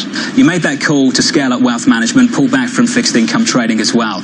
10 years later, to Tom's point, do you need a new play? Does there need to be a change in strategy after you've done that for 10 years, had the success? Or do you see the setup as it stands as having some real durability for another decade? Yeah, it's a good question, and something you're constantly got to challenge yourself. Just because you've done and it's worked doesn't mean it's going to work in the future. You know, somebody asked me this question on TV a couple of years ago, and I said, what about we make some money? That's the strategy. That's when we're a sub 10% ROE. Now the firm is operating 11% ROE, 13% ROTCE. These are good numbers. These are very solid numbers, record earnings. But no, I'm constantly looking for ways to grow, particularly wealth and asset management, without shrinking the investment bank. Our investment bank is phenomenal. Equity sales and trading, #1 business in the world. Our M&A business, ECM, phenomenal businesses. But there's not obvious ways in which you'd acquire and grow in that space. That was Morgan Stanley CEO James Gorman speaking to Bloomberg's Tom Keene and Jonathan Ferro, and defending his knowledge of geography. Yeah, well, you'd have to, I mean, he spends a lot of time in the U.S., and you'd have to know in America what Kansas is right now, because the Kansas City Chiefs have made it to the Super Bowl for the first time since, like, I don't know when. I think they won Super Bowl 4 or something, but early sports for the first time since then. So the Chiefs are playing the San Francisco 49ers on. Still time for a sports update shortly. For the moment, though, let's get the latest in global news. Here's Bloomberg's Leanne Gerrans. Anna, thank you. Chinese officials have halted travel from Wuhan, essentially putting the city in quarantine. Bloomberg's Brian Curtis has more from Hong Kong. A quarantine of a city larger than New York will be difficult to enforce, but it is a start. The coronavirus has already spread to a number of countries. The WHO says it needs more time on whether or not to call the outbreak a public health emergency. There is some good news, though. There's been no secondary transmission among patients that have left China, and no evidence yet of super spreaders. Those are people who pass on the disease rapidly to many others. In Hong Kong, Brian Curtis, Bloomberg, Daybreak Europe. Secretary of State Mike Pompeo says the U.S. is committed to supporting Ukraine and stamping out corruption. Speaking exclusively to Bloomberg, he also denied President Trump's personal lawyer, Rudy Giuliani, oversaw a shadow foreign policy towards the country. Our policy with respect to Ukraine has been set on the fundamental principles of reducing the footprint of corruption and helping the Ukrainian people build up a democracy while under threat from the Russians in the east and southeast. President Trump's policy towards Ukraine and Giuliani's role is a focus of the current impeachment trial. Now, here in the UK, after years of deadlock, a Brexit deal has cleared its final hurdle in Parliament. That's after the Commons overturned opposition amendments. The European Parliament now has to ratify the terms of the split. Britain is due to leave the EU on January the 31st. And finally, the US has posted its worst result in at least 8 years in a global corruption index. The US was tied with France for 23rd place, according to a report published by Transparency International. Denmark and New Zealand tied for first, indicating the lowest levels of corruption. Growing threats to a system of checks and balances under President Trump has contributed to the US slide in the index. Global news 24 hours a day, on air and on Quick Take by Bloomberg, powered by more than 2,700 journalists and analysts in more than 120 countries. I'm Leanne Gerrans. This is Bloomberg. Anna. Thanks very much, Leanne. Now with your morning sports news from here in Europe, here's George Alderman. Manchester United's hopes of securing a top 4 Premier League finish suffered a huge blow last night. They remain 6 points adrift of the Champions League places after a shock 2-0 loss against Burnley at Old Trafford. Manager Ole Gunnar Solskjaer says his young squads are clearly struggling. I can't sit here and do anything but hold my hands up and say that's not good enough for Man United. But that's where we're at the moment with all the players. It's not like we've got 10 players there on the bench that we could have rotated. Third place Leicester avoided a third straight defeat as they hammered West Ham 4-1. Tottenham have their first top-flight win of 2020 after getting past bottom side Norwich 2-1. Leaders Liverpool can go back 16 points clear at the top of the table with victory away at Wolves this evening. And Northern Ireland's Rory McIlroy begins his attempt to reclaim his place as the world's #1 golfer later. Victory at the latest US PGA event in California, which starts today, will see him replace Brooks Koepka. Let's get the U.S. sports report now. For that, we go to Pete Fox. Pete? Back-to-back wins in Boston for the Celtics. They're now 29-14 and 18-5 on their home floor at TD Garden after a 24-point cruise over the Grizz. 119-95. Jason Tatum with 23. Lakers and Knicks at MSG were tied at 48 at the break, but LA would go on to win at 192, led by Anthony Davis's 28. Marcus Morris leading the Knicks with 20. Wizards with a big second half in Miami, 38 for Bradley Beal. They tied it, sent it to overtime, but the Heat would win it in the end, 134-129. And in San Francisco at the Chase Center, the Warriors have dropped 11 of 12 after getting thumped by the Jazz, 129-96. I'm Pete Fox. That's your Bloomberg NBC World Sports Update. Pete, thanks very much for that. Coming up on Bloomberg Daybreak Europe, we go back to Davos to speak with Joanna Rotenberg, Group Head of BMO Wealth Management, who joins us live from the World Economic Forum. Interesting, Matt, to talk to somebody in wealth management. We were just talking there with James Gorman of Morgan Stanley, and Tom was saying, everybody's chasing wealth management. That's where everybody wants to be. So I wonder just how saturated that market is right now. Perhaps we'll get into part of that conversation and indeed put some of the ESG themes to her that have come from Davos. There's plenty of talk around climate change and whether this is being taken more seriously, certainly by the attendees at Davos. Across the Rubicon, I think was the way Angie Jane said it this morning. A Rubicon has been called. Okay, I think it's fascinating as well because, look, the bottom line is there are a lot more people out there with a lot more money that want to put it to work. That's why everyone wants to be in that business, and we'll find out how she's doing it. Stay with us. This is Bloomberg. Sweet strawberry icing. You're in Goodwill, and just past that vintage denim jacket you spot miniature donut earrings. You lean in. That's the scent of shopping success. Because at Goodwill, every item you buy funds local job training and more. So bring home those donut earrings and bring home so much good to your community. Goodwill.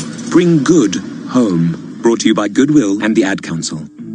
Today, nearly all business is international business. The same goes for business disputes. That's why the International Center for Dispute Resolution provides a faster, more efficient approach to dispute resolution across borders. Backed by the American Arbitration Association, the ICDR is the world's leading provider of dispute resolution services. Find out why global expertise matters. Visit ICDR.org. Rich is just a really, really good guy. The term good egg isn't enough to describe him. He's also certified organic and free range. Rich puts the cap back on everything. The toothpaste, the olive oil, the shampoo, everything. He lets his 10-year-old nephew beat him at virtual tennis, even though he can straight up slay his 10-year-old nephew in virtual tennis.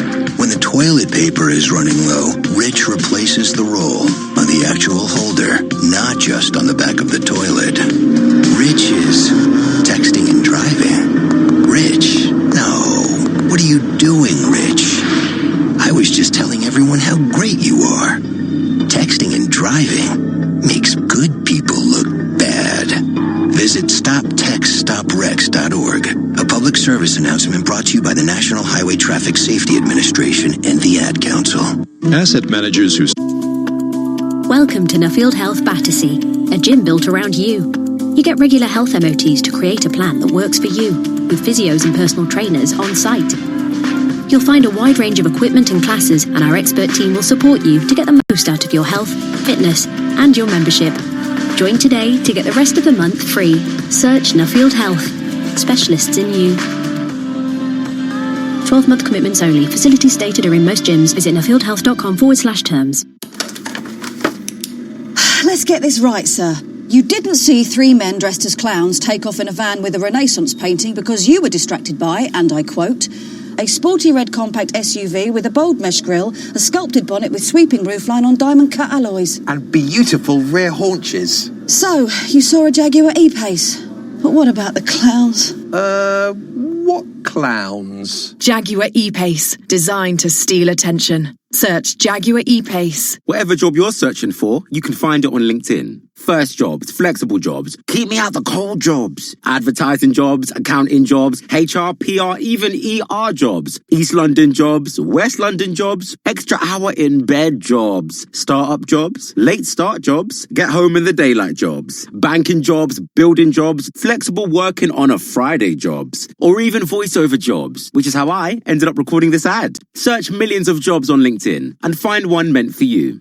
Hello, I'm your captain for today's Virgin Atlantic flight. Please drop everything and pay close attention to the following announcement. The sail is now on. Our crew are ready to take your bags and stresses away. The cocktails are ready to serve, the movies are loaded, and we're all set for takeoff to the Caribbean. So, take your seat in our award-winning economy class. We're ready to go when you are. The Virgin Atlantic sail. Fly amazing for less. For more details, visit virginatlantic.com. Here at Tesco, we're celebrating over 100 years of great value, with even more great prices that take you back. Like a 6-pack of Mr. Kipling Angel Slices, now half price, from £1.80 to just 90p. All this week at Tesco. Selected larger stores, subject to availability, offer ends 27th of January.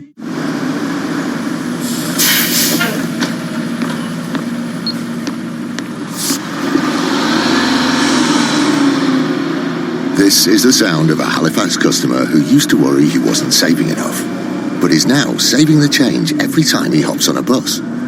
Switch on Save the Change, and when you use your Halifax Visa debit card, we'll round up to the nearest pound and put the difference into your chosen Halifax savings account.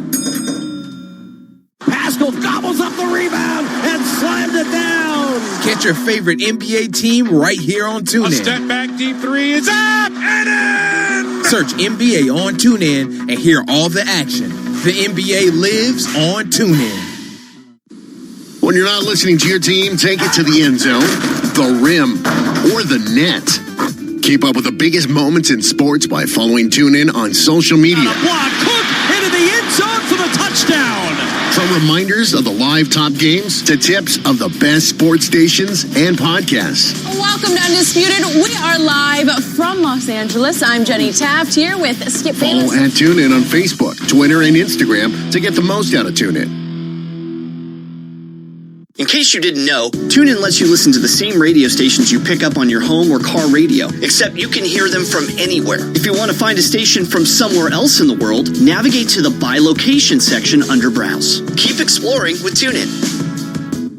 The puck drops. 12 players face off to win.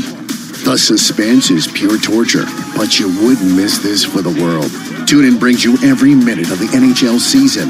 Listen live to hockey when it matters most on TuneIn.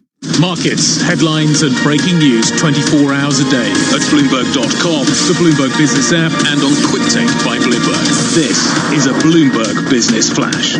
From Bloomberg's European headquarters here in London, I'm Caroline Hepker with this Bloomberg Radio Business Flash. So shares remain down in European trading this morning. The Euro Stoxx 600 drops 0.2%. The Xetra DAX down even more, almost 0.5% lower. In terms of the sector breakdown for the Euro Stoxx 600, banks actually the best performing market. Shares, for example, of Deutsche Bank up by 1.5% as the company looks to cut the bonus pool even more, actually checking and looking to the board and management in terms of axing pay. They've already looked at some other discretionary pay, but now they're looking sort of higher up the food chain, as it were. Shares in ST Microelectronics also gaining 6.5% after the chipmaker reported net revenue for the fourth quarter that beat estimates. In terms of the big story, though, in the markets and the reason for the risk off, it's really around the spread of this coronavirus outbreak from China. Real worries about the impact on human life, but also what that will mean for economic growth, for consumer spending and so on. So that's why we've seen big drops. For example, the CSI 300 down more than 3.1%. And just in terms of the bond markets this morning, because we've still got, of course, the ECB's Christine Lagarde, the meeting and the review that she's expected to give today. German yields negative 27 basis points, US benchmark yields at 1.74%. So those are the markets. That is a Bloomberg Business Flash. Now here's Leanne Guerin with all the world and national news. Good morning. Caroline, good morning. China is locking down a city of 11 million people to stop the spread of the coronavirus. Officials have halted travel from Wuhan, stopping outbound flights, rail and bus services. Today, the World Health Organization is expected to decide on whether to declare a public health emergency. The death toll from the virus has risen to at least 17 people. Italian Prime Minister Giuseppe Conte has cancelled his trip to Davos. That's after Luigi Di Maio resigned as leader of the Five Star Movement, the biggest partner in the coalition, triggering turmoil back in Rome. Di Maio's been under attack from critics inside the party for months, which threatens to undermine the government as a leadership battle now gets underway. Conte is set to focus on the mounting tensions within the coalition ahead of crucial regional elections happening this weekend. And Japan's government is pushing for fathers to take paternity leave as the country faces a demographic crisis. However, a new wrinkle has emerged. This comes after almost 1/3 of the 508 mothers surveyed said their partners do little housework while they are off. The mothers say they end up doing the housework themselves and their husbands use some of the time to have fun. Global news 24 hours a day on air and on Quick Take by Bloomberg, powered by more than 2,700 journalists and analysts in more than 120 countries. I'm Leanne Gerrans. This is Bloomberg Matt. You know, I noticed the other day, actually I noticed just last night, I'm the one doing all the housework in our household. And the reason is that I feel so guilty for the centuries or millennia of this kind of sexism that I do the housework to kind of make up for it. I carry that that's burden. very worthy. I thought you were going to say you feel really guilty for all the mess you make. Maybe that's a part of it as well. Speaking of making a mess, cleaning products, Matt. Do I have the mental load? Do you take the mental load? Do you go and do all the shopping? I do all the shopping. I put all the shopping away. I buy all the cleaning products. I feel like we're in therapy with Matt this morning. I do pretty much all of it, Matt. although I will admit that we have a paid professional who uses those products.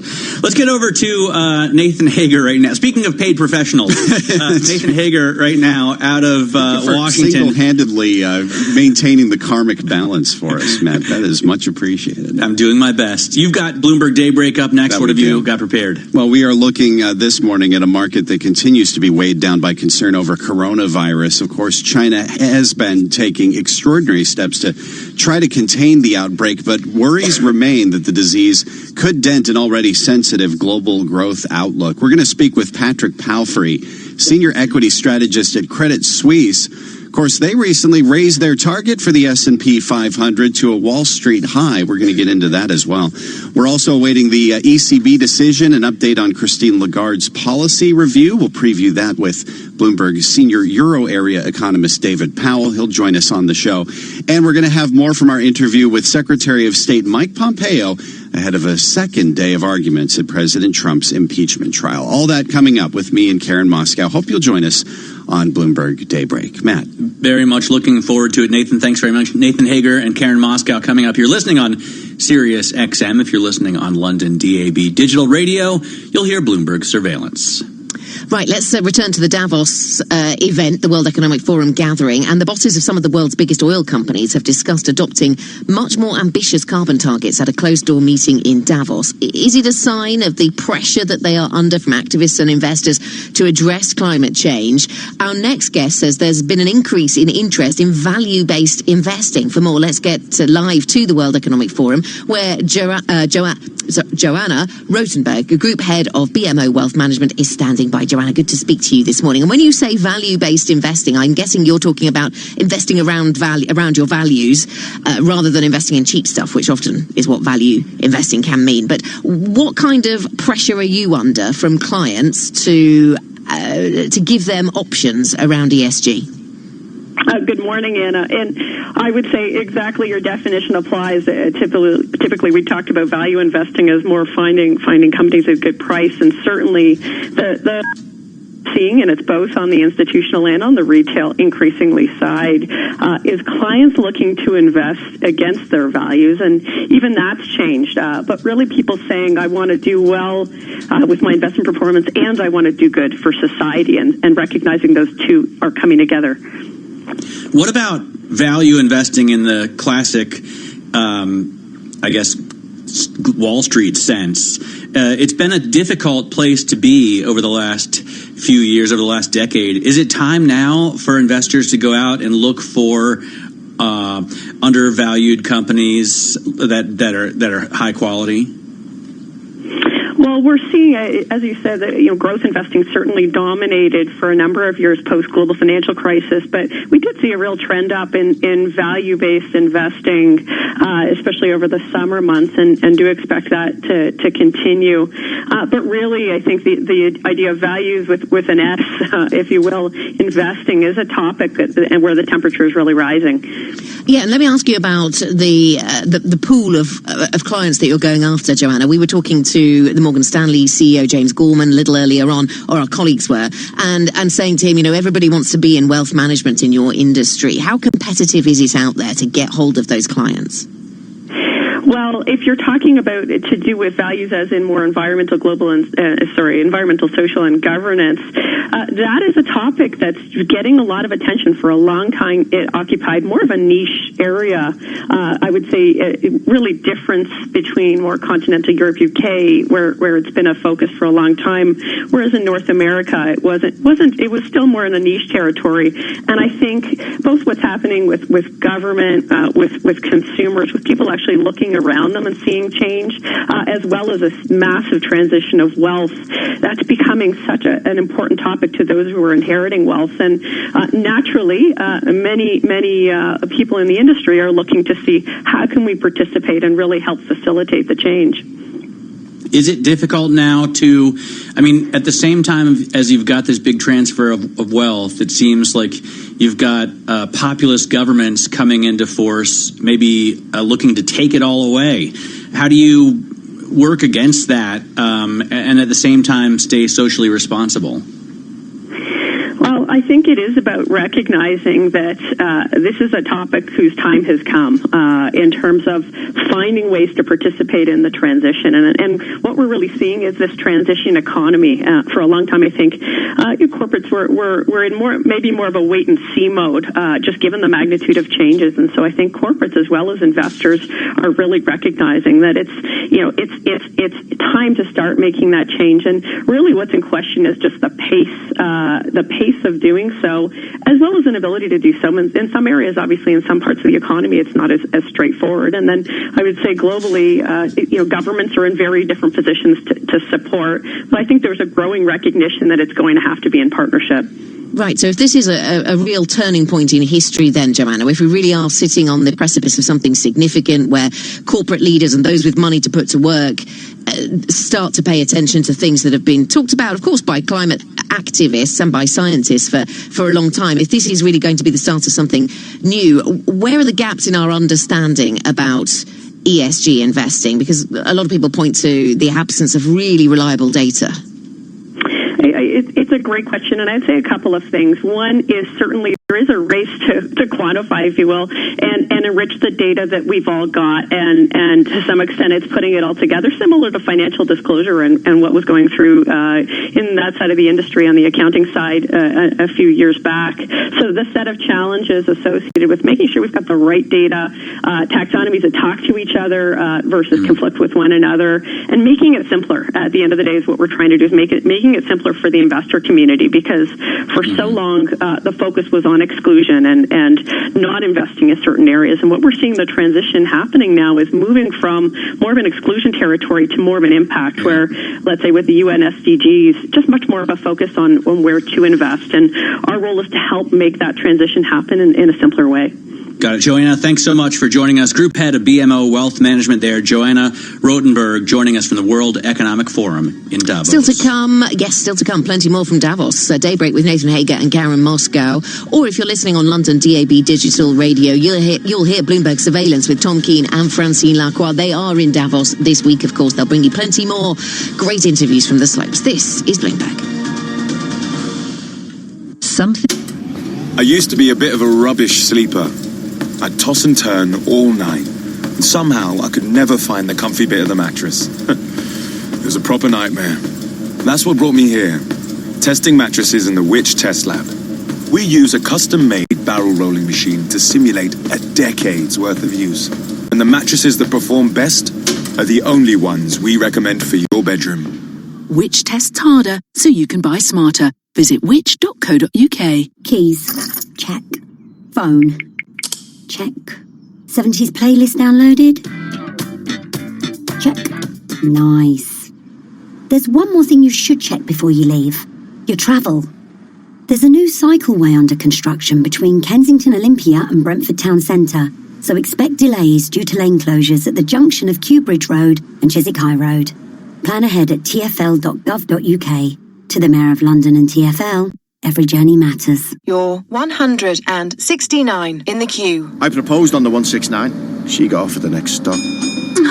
You're my 169th greatest lover. The number 169 never screamed going places until now. Get the Toyota Aygo X-Play for only £169 deposit, then £169 a month with 0% APR representative. Just go. Aygo. 0% APR representative on new sales of Aygo X-Play over 48 months. £169 per month. Customer deposit of £169 when proposed and approved via Access Toyota by 31st of March 2020. £3,311.25p optional final payment. Subject to status to over 18s. Indemnities may be required. Conditions apply. Toyota Financial Services. 24 hours a day at Bloomberg.com, on the Bloomberg Business app, and on Quick Take by Bloomberg. This is Bloomberg Radio. Live from the Bloomberg Interactive Brokers studios, this is Bloomberg Daybreak for Thursday, January 23rd, 2020. Coming up this hour. Concerns over the virus outbreak in China weigh on global sentiment. Stocks in China tumble, oil slides, and bond yields fall. In the UK, Boris Johnson's Brexit deal clears its final hurdle in Parliament. And in Frankfurt, we await a policy decision from the ECB. House Democrats appeal to senators in President Trump's impeachment trial to protect democracy. Meanwhile, the president calls the Democrats corrupt. I'm Michael Barr. More ahead. I'm John Stashower in sports. Eli Manning is retiring after 16 years as the Giants quarterback. The Mets set to name Luis Rojas their new manager at the Garden. The Lakers beat the Knicks. That's all straight ahead on Bloomberg Daybreak. On Bloomberg 1130 New York, Bloomberg 99.1 Washington, D.C., Bloomberg 106.1 Boston, Bloomberg 960 San Francisco, Sirius XM 119, and around the world on BloombergRadio.com and via the Bloomberg Business app. Good morning, I'm Karen Moscow. And I'm Nathan Hager. Bloomberg Daybreak is brought to you by SEI. Asset managers can exceed new thresholds for data management, reporting, and responsiveness. Transform your business with SEI's global operating platform at SEIC.com/IMS. And global stocks are lower this Thursday morning. 5:01 on Wall Street, and we check the markets every 15 minutes throughout the trading day on Bloomberg. S&P futures, they're little change to lower, down 1.5 points. Dow futures down 33. NASDAQ futures down 1. The DAX in Germany's down 0.4%. CAC in Paris is little change. FTSE 100 down 0.2%. 10-year Treasury up 9/32, yield 1.73%. Yield on the 2-year 1.50%. NYMEX crude oil's down 1.5% or 87 cents at $55.87 a barrel. Nathan. And Karen, the concern over the new virus in China is spreading while Beijing increases steps to contain the outbreak. Officials are halting travel from Wuhan, the epicenter of the virus. We get the very latest from Bloomberg Daybreak Asia anchor Brian Curtis in Hong Kong. A quarantine of a city larger than New York will be difficult to enforce, but it is a start. The coronavirus has already spread to a number of countries. The WHO says it needs more time on whether or not to call the outbreak a public health emergency. There is some good news, though. There's been no secondary transmission among patients that have left China, and no evidence yet of super spreaders. Those are people who pass on the disease rapidly to many others. In Hong Kong, Brian Curtis, Bloomberg Daybreak. All right, Brian, thank you. So far, the coronavirus has killed at least 17 people. Anthony Fauci is director of infectious diseases at the U.S. National Institutes of Health. There's no doubt that it is transmitted from one person to another, but how efficiently that we're going to have sustained transmission is still an open question. So although we know a lot about this, there's still a lot of unknowns. There are also questions about symptoms related to the virus. Several of the dead in China did not display symptoms of a fever, which could complicate efforts to check for infected travelers at airports. The concerns over the disease led to a sharp slide in Asian stocks overnight. Bloomberg's Juliet Sally joins us from Singapore with details. Good morning, Juliet. Good morning, Nathan and Karen. China's CSI 300 fell 3.1%, its biggest one-day loss since May, while the Shanghai Composite shed 2.7%. Around 80% of stocks listed in Shanghai and Shenzhen being sold off ahead of the Lunar New Year holiday, amid concern the outbreak could worsen during the week-long break. The decline in Chinese equities marks the worst ever end to a Lunar New Year for Chinese investors. In Singapore, I'm Juliet Sarli, Bloomberg Daybreak. All right, Juliet, thank you. Oil extending declines on concerns the virus could dent demand. Mark Conan is Chief Investment Officer at AIA Group. Markets will be pretty skittish around here. They will be pretty volatile. They'll be responding to news in the short term. And right now, that short-term response has Brent crude down 1.2% at $62.45 a barrel. West Texas Intermediate is down 1.5% at $55.88. Well, let's get to some other news now outside of China. In the UK, it's the end of an era as the Prime Minister's Brexit deal clears its final hurdles in Parliament. Bloomberg Daybreak Europe anchor Roger Hearing joins us live from London with details. Good morning, Roger.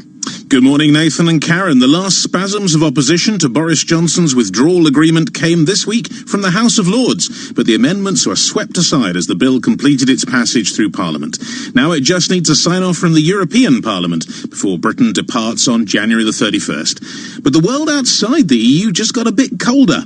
Exchanges between the US Treasury Secretary and the UK Chancellor at Davos suggest growing transatlantic differences on taxes and tariffs. Live in London, I'm Roger Hearing, Bloomberg Daybreak. Roger, thank you. In Frankfurt today, we get a policy decision from the European Central Bank. No change in interest rates is expected. Instead, focus will center on the assessment of its inflation target. We get more from Bloomberg FX and rate strategist Richard Jones. What could be interesting for markets is if the ECB decides on employing a symmetrical band for its inflation target. It would ratchet up expectations of lower for longer rate policy. They will tolerate higher inflation for a longer amount of time because inflation has been below their policy aim for such a long time. And the ECB decision comes at 7:45 a.m. Wall Street time, followed by a briefing from President Christine Lagarde at 8:30. Back here in the U.S., arguments in the impeachment trial of President Trump resumed today. Democrats continue to press Republicans to allow witnesses. Bloomberg News spoke to Secretary of State Mike Pompeo about the trial. If the law required me to testify, I would do so. It hasn't come up. It almost never comes up. Speaking exclusively with Bloomberg's Kevin Cirilli, Pompeo denies that President Trump's personal lawyer, Rudy Giuliani, ran shadow foreign policy in Ukraine. Instead, Pompeo says the U.S. is committed to ending corruption in the country. They're a huge trading partner for the United States of America. America has a number of interests with respect to Ukraine, and I think the level of resources we've committed there reflects that level of interest. And Pompeo plans to visit Ukraine soon. He canceled a trip there earlier this month after a U.S. airstrike killed a high-profile general from Iran.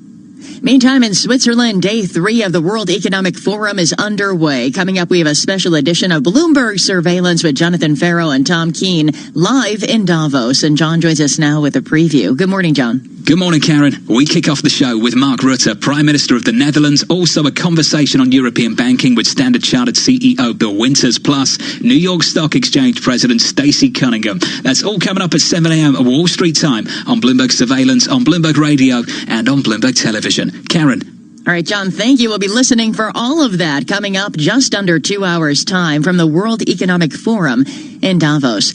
And again, futures, they're little change to lower with S&P futures down 2 points this morning. Dow futures down 36 and NASDAQ futures down less than 1. Straight ahead, we have the latest world and national news. And this is Bloomberg.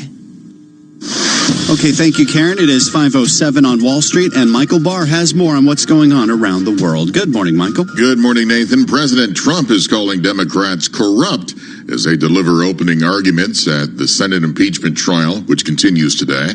House Intelligence Chairman Adam Schiff is one of the Democratic leaders making the case against the president at the trial. President Trump withheld the security assistance in the White House meeting with President Zelensky until Ukraine made a public statement announcing the 2 investigations targeted to help his political re-election efforts. But as you will learn next, he got caught, and the cover-up ensued. Meanwhile, Republican Senator Ted Cruz of Texas told reporters the Trump administration has done more for Ukraine than Trump's predecessor. Maybe they should have impeached Obama if not giving military aid to Ukraine was a deep threat to U.S. national security. Democratic Representative Tulsi Gabbard spoke to reporters about the defamation lawsuit she filed against Hillary Clinton for her alleged comments calling a female 2020 candidate a favorite of the Russians. Gabbard believes the comments were aimed at her, although Clinton never aimed Gabbard directly. I will not stand quietly by as Hillary Clinton or anyone else tries to smear my character. Gabbard spoke after a town hall event in Charleston, New Hampshire last night. President Trump will become the first sitting president to address the anti-abortion March for Life in person with a planned trip to the rally on the National Mall tomorrow. The president has twice addressed the event via satellite from the Rose Garden. 3 Americans have died when a C-130 Hercules aerial water tanker crashed while battling wildfires in the Monaro region of Australia's southern New South Wales state. Rural Fire Service Commissioner Shane Fitzsimmons. Our thoughts and prayers are with the 3 occupants who routinely crew that specialized aircraft. The Trump administration is expected to announce completion of one of its biggest environmental rollbacks, removing federal protections from millions of miles of the country's streams and wetlands. Global news 24 hours a day on air and on Quick Take by Bloomberg, powered by more than 2,700 journalists and analysts in more than 120 countries. I'm Michael Barr. This is Bloomberg, Nathan. All right, Michael, thank you. It is 5:09 on Wall Street. Time for the Bloomberg NBC Sports Update. Here's John Stashauer. Nathan, Eli Manning's contract had expired. The job he held for 16 years as Giants starting quarterback has gone to Daniel Jones. There was not much of a market for a 38-year-old QB with declining skills, and Eli had always said he never wanted to play anywhere else. So he will retire. He'll meet the media tomorrow. Manning finishes with every Giants passing record, 2 Super Bowl MVPs, incredible durability. Never missed a game due to injury, rarely ever missed a snap. New Mets manager will be Luis Rojas, 38-year-old who has spent 13 years with the Mets as a minor league manager, last season as the quality control coach, well liked by Met players like Pete Alonso, who played for Rojas in the minors, of course replaces Carlos Beltran, who before his first game forced out in the wake of the Astros scandal. At the Garden, Lakers beat the Knicks, hardly a surprise. Knicks kept it close, but LA won 100-92. Lakers are in Brooklyn tonight for the slumpy Nets. In New Orleans, the much-hyped NBA debut of Zion Williamson. Floated into Zion, Aldridge on him. Up top, Lonzo, stutter step, back to Zion. Oh my, step back 3, left wing! Splash! No! This is not happening! Pelicans radio, Williamson back after knee surgery 3 months ago. He scored 17 points in a row in the fourth quarter, although San Antonio won the game. Seton Hall won at Providence to stay unbeaten in the Big East. Rutgers lost at Iowa. American John Isner straight set win at the Australian Open. With Bloomberg NBC Sports Update, I'm John Stashauer. Nathan? And John, we have another 2-sport athlete. He's the NFL's Larry Fitzgerald. But instead of the Arizona wide receiver playing another sport, he's buying into one. He's getting a minority stake in the NBA's Phoenix Suns. Terms not disclosed, but you can often see Fitzgerald sitting courtside at Suns games.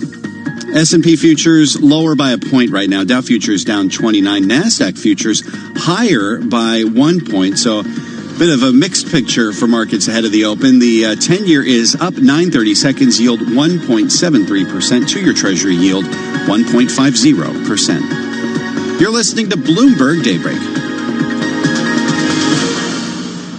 Hey, y'all, Jeff Foxworthy here.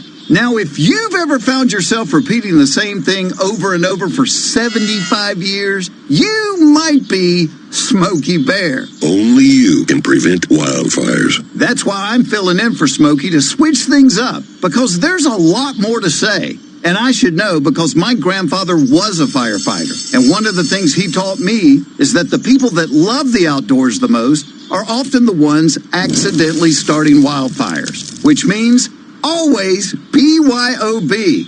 No, bring your own bucket to the campfire. And be extra careful with things like burning yard trimmings. Don't just walk away, or chances are you might be starting a wildfire. So for the love of the outdoors, go to SmokeyBear.com to learn more about wildfire prevention. Brought to you by the U.S. Forest Service, your state forester, and the Ad Council. Why has J.D. Power ranked Commonwealth Financial Network #1 in independent advisor satisfaction among financial investment firms for the 6th straight time? We think it comes down to one thing: you. Because it's your input and feedback that keeps us focused on what's most important to you and your clients, and continually pushes us to be the best we can be. Maybe that's why we receive top marks in every category of the J.D. Power 2019 Advisor Satisfaction Survey. They named us #1 in client support, #1 in firm leadership, #1 in operational support, #1 in compensation, #1 in professional development support, and #1 in technology support. Ready to partner with the best? Call Commonwealth at 866-462-3638 or visit commonwealth.com and feel the power. Member FINRA/SIPC, a registered investment advisor. For 2019 J.D. Power award information, visit jdpower.com/awards. 25 years ago, Welcome to Nuffield Health Battersea, a gym built around you. You get regular health MOTs to create a plan that works for you, with physios and personal trainers on site. You'll find a wide range of equipment and classes, and our expert team will support you to get the most out of your health, fitness, and your membership. Join today to get the rest of the month free. Search Nuffield Health. Specialists in you. 12-month commitments only. Facilities stated are in most gyms. Visit nuffieldhealth.com/terms.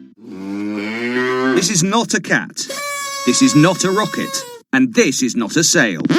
That's right. At Smarty Mobile, we're not having a sale. While others are slashing prices, we're introducing our best ever new plans. Take our new 30-gig data SIM for just £10 a month. With unlimited calls and texts and no speed restrictions, credit checks or contract tying you down, why shop around?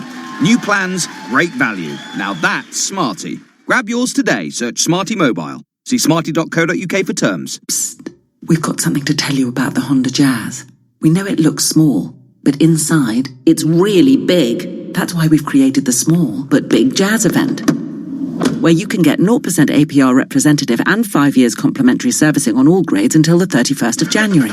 The Honda Jazz, the small car with the big offer. Visit your local dealer to find out more. Honda dealers are credit brokers, not lenders. Finance provided by Honda Finance Europe, authorized and regulated by the Financial Conduct Authority. Terms and conditions apply.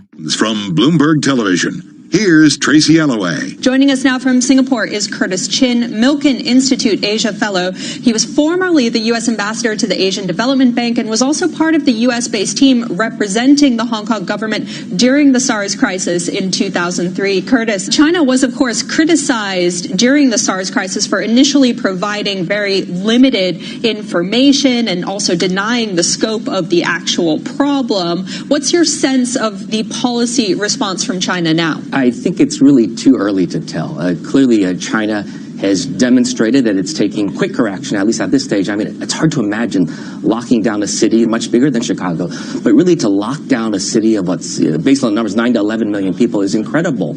But in some ways, I do worry, is it sparking more fear than really what they need to do, which is focus on sharing information. One of the lessons from the SARS crisis way back when was a lesson taken by the contrast between what Hong Kong did, very transparent, very open, and what Beijing had done, which was hiding actual cases. So I think it's still playing out. You know, I wish I could just simply say Happy Chinese New Year to everyone, but there's certainly an unease that has come over this region as people worry now about the impact, not just in China, but of Chinese travelers traveling across this region. Hear more interviews like this one on Bloomberg Television, streaming live on Bloomberg.com and on the Bloomberg mobile app, or check your local cable listings. Markets, headlines, and breaking news 24 hours a day at Bloomberg.com, the Bloomberg Business app, and on Quick Take by Bloomberg. This is a Bloomberg Business Flash.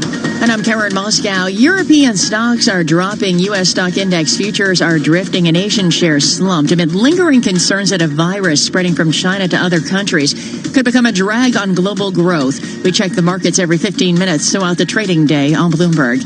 S&P futures, little change, so are NASDAQ futures. Dow futures down 27. The DAX in Germany's down 0.33%. 10-year Treasury up 9/32, yield 1.73%, and the yield on the 2-year 1.50%. NYMEX crude oil is down 1.7% on 98 cents at $55.76 a barrel. COMEX gold is down 0.2% or $2.90 at $15.53.80 an ounce. The euro 1.1086 against the dollar. British pound 1.3139. And the yen at 109.53. Today we're watching for the weekly report on initial jobless claims at 8:30 Wall Street time. At 9:45, it's a Bloomberg Consumer Comfort Index. Then at 10, leading economic indicators. Travelers, Comcast, and Procter & Gamble, just some of the companies scheduled to report earnings today. That's a Bloomberg Business Flash. Now here's Michael Barr with more on what's going on around the world. Michael, good morning. Good morning, Karen. The Senate impeachment trial will resume this afternoon. In opening arguments yesterday, Democrats say President Trump led a conspiracy that headed towards his impeachment. The president's attorney, Jay Sekulow, insists the president did nothing wrong. The president's team will make their argument Saturday. 3 American crew members have died when a C-130 Hercules aerial water tanker crashed while battling wildfires in southeastern Australia. The tragedy brings the death toll from the blazes to at least 31 since September. New York Giants quarterback Eli Manning has retired. The Giants said that Manning, who led the team to 2 Super Bowls, would formally announce his retirement tomorrow. In the NBA, the Knicks lost along with the Wizards and Warriors. The Celtics won.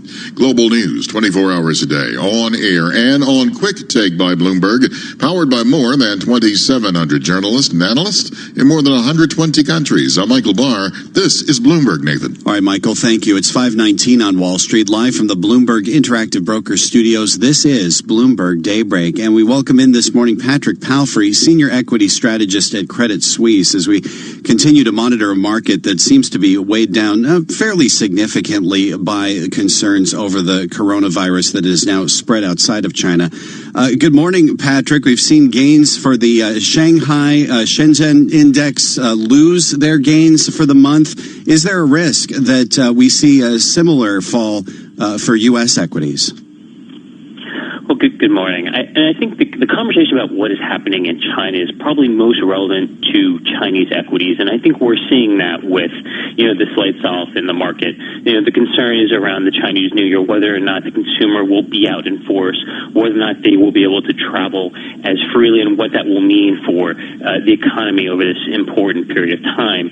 In terms of the U.S., right now, the idea that this would be a further drag on equity performance doesn't appear likely in this case, unless we were to see something really significantly ramp up in terms of the number of cases in the U.S., in which then we would be concerned about similar things, traveling and whether or not the consumers would be spending. But at the moment, we just don't see that.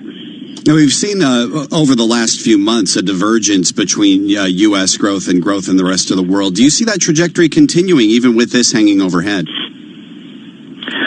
Right now, our expectation is that the U.S. industrial portion of the economy is in the process of bottoming and will start accelerating. So you asked about the divergence. The European data began to take off over the past couple quarters. They were really the leader in this move higher in industrial production. We're beginning to see signs in Asia that industrial production is getting better. In the U.S., the expectation is it will get better as well. So is the divergence going to continue? We actually think it probably closes over the next several quarters. That said, what we're really looking for is the large catalyst which moves it forward. So once we get to 2Q, we need to see a continuation of the success in that sort of industrial portion of the economy to continue to drive growth. Now, recently, Credit Suisse upped its target for the S&P 500 to 3,600. That's a Wall Street high. What altered your view? So it really comes back to 3 things. We kind of just touched on it a little bit with industrial growth, but the 3 things are the acceleration in the earnings data that we are seeing, the second being the improvement in the industrial data that's likely to happen, and the third is that we see valuations as still being reasonable. If I go back to earnings for a moment, really what we're seeing in 2020 is a material improvement from the trend that we were seeing last year. So 2019 EPS growth likely coming in around 1%. 2020, that's likely to come in around 6%. So that is an incredible improvement in the health of the corporate profit backdrop. The second, industrial data improving. When the ISM is below 50 and begins to improve, you traditionally get your best returns within equity markets. Historically, it's been around 17% for the next 12 months. Our expectation is we see something that is powerful, but not quite as strong as that. So it's not out of historical precedence to see that strong balance in equities. And then the third being the fact that valuations, when you look on a cost of capital basis, when you look relative to the 10-year, or when you look at a price to free cash flow, all these measures point to valuations that remain reasonable. Yes, PEs are above long-term averages, but it ignores the fact that rates are low, volatility is low, and credit spreads have come in tremendously. You mentioned low rates, and there's so much liquidity in this market. In our last minute here, is there a risk that the market runs too hot? Well, right now, we don't necessarily see that. I think the concern with the market running hot is that valuations become disconnected from reality. Right now, we just aren't seeing it. When you look at, let's say, the 2001, 2000 timeframe when you had the tech bubble, the concern there was unprofitable companies were being disproportionately bid up. Right now, so many of these companies are on incredible footing, and the businesses are driving the performance, not necessarily valuation. So like I said before, we are incrementally above long-term averages, but when you look across a whole host of reasons, there's reasons that valuation should be here, and more importantly, there's reasons valuation should go higher. Great to have you on with us, as always. Thanks so much, Patrick. That's Patrick Palfrey, Senior Equity Strategist at Credit Suisse. And as we look at the markets this morning, little changed right now as far as futures contracts on Wall Street go after more steep losses in Asia on concerns over coronavirus. Right now, S&P futures are down just a quarter point. Dow futures down 22 points. NASDAQ futures are higher right now by almost 4 points. The 10-year Treasury is up 9/32, yield 1.73%. 2-year Treasury yield 1.50%. And you're listening to Bloomberg Daybreak. This is a Bloomberg Money Minute. Fourth quarter earnings season takes to the skies today as American Airlines, Southwest, and JetBlue are all expected to check in with their latest results before the opening bell. TripAdvisor is cutting hundreds of jobs amid increasing competition from Google. TripAdvisor is eliminating about 200 workers. The company had just over 3,800 at the end of September. FedEx is ramping up e-commerce services for large retailers, offering later pickup deadlines and speeding up deliveries. The tailored services are part of a push into residential deliveries that helps retailers use their neighborhood stores for shipping, potentially giving them a competitive edge over Amazon. The Norwegian Cruise Line will take the temperature of guests from Chinese ports in response to growing concern about coronavirus infections in China. Norwegian will also deny boarding to guests who've been in Wuhan in the past 30 days, the epicenter of the viral outbreak in China. Stock futures are little changed this morning after a little changed close on Wall Street yesterday. Gina Cervetti, Bloomberg Radio. Asset managers who seize change to launch new strategies, add distribution channels, or exploit new technology to re-engineer the investor experience are often rewarded. However, in an industry paralyzed with complexity, few act with agility or decisively. Few run their businesses strategically. Yet the most competitive managers in the market know with the right partner and a flexible operating system, you can. Go boldly toward change with SEI Investment Manager Services. Determination and operational strength are both essential factors for growth in asset management. I'm Steve Meyer, President and Head of SEI's Investment Manager Services Division. We know that disruptive forces create opportunities around the world. If you see potential in change, our industry specialists will maximize SEI's integrated platform of data and risk management, global investment operations, compliance support, and investor services to position your asset management business for success. Come grow with us. With SEI Investment Manager Services, you lead the charge in a competitive marketplace. Learn more at SEIC.com/seize change. Whatever job you're searching for, you can find it on LinkedIn. first jobs, flexible jobs. Keep me out the cold jobs. Advertising jobs, accounting jobs, HR, PR, even ER jobs. East London jobs, West London jobs, extra hour in bed jobs. Start-up jobs, late start jobs, get home in the daylight jobs. Banking jobs, building jobs, flexible working on a Friday jobs. Or even voiceover jobs, which is how I ended up recording this ad. Search millions of jobs on LinkedIn and find one meant for you.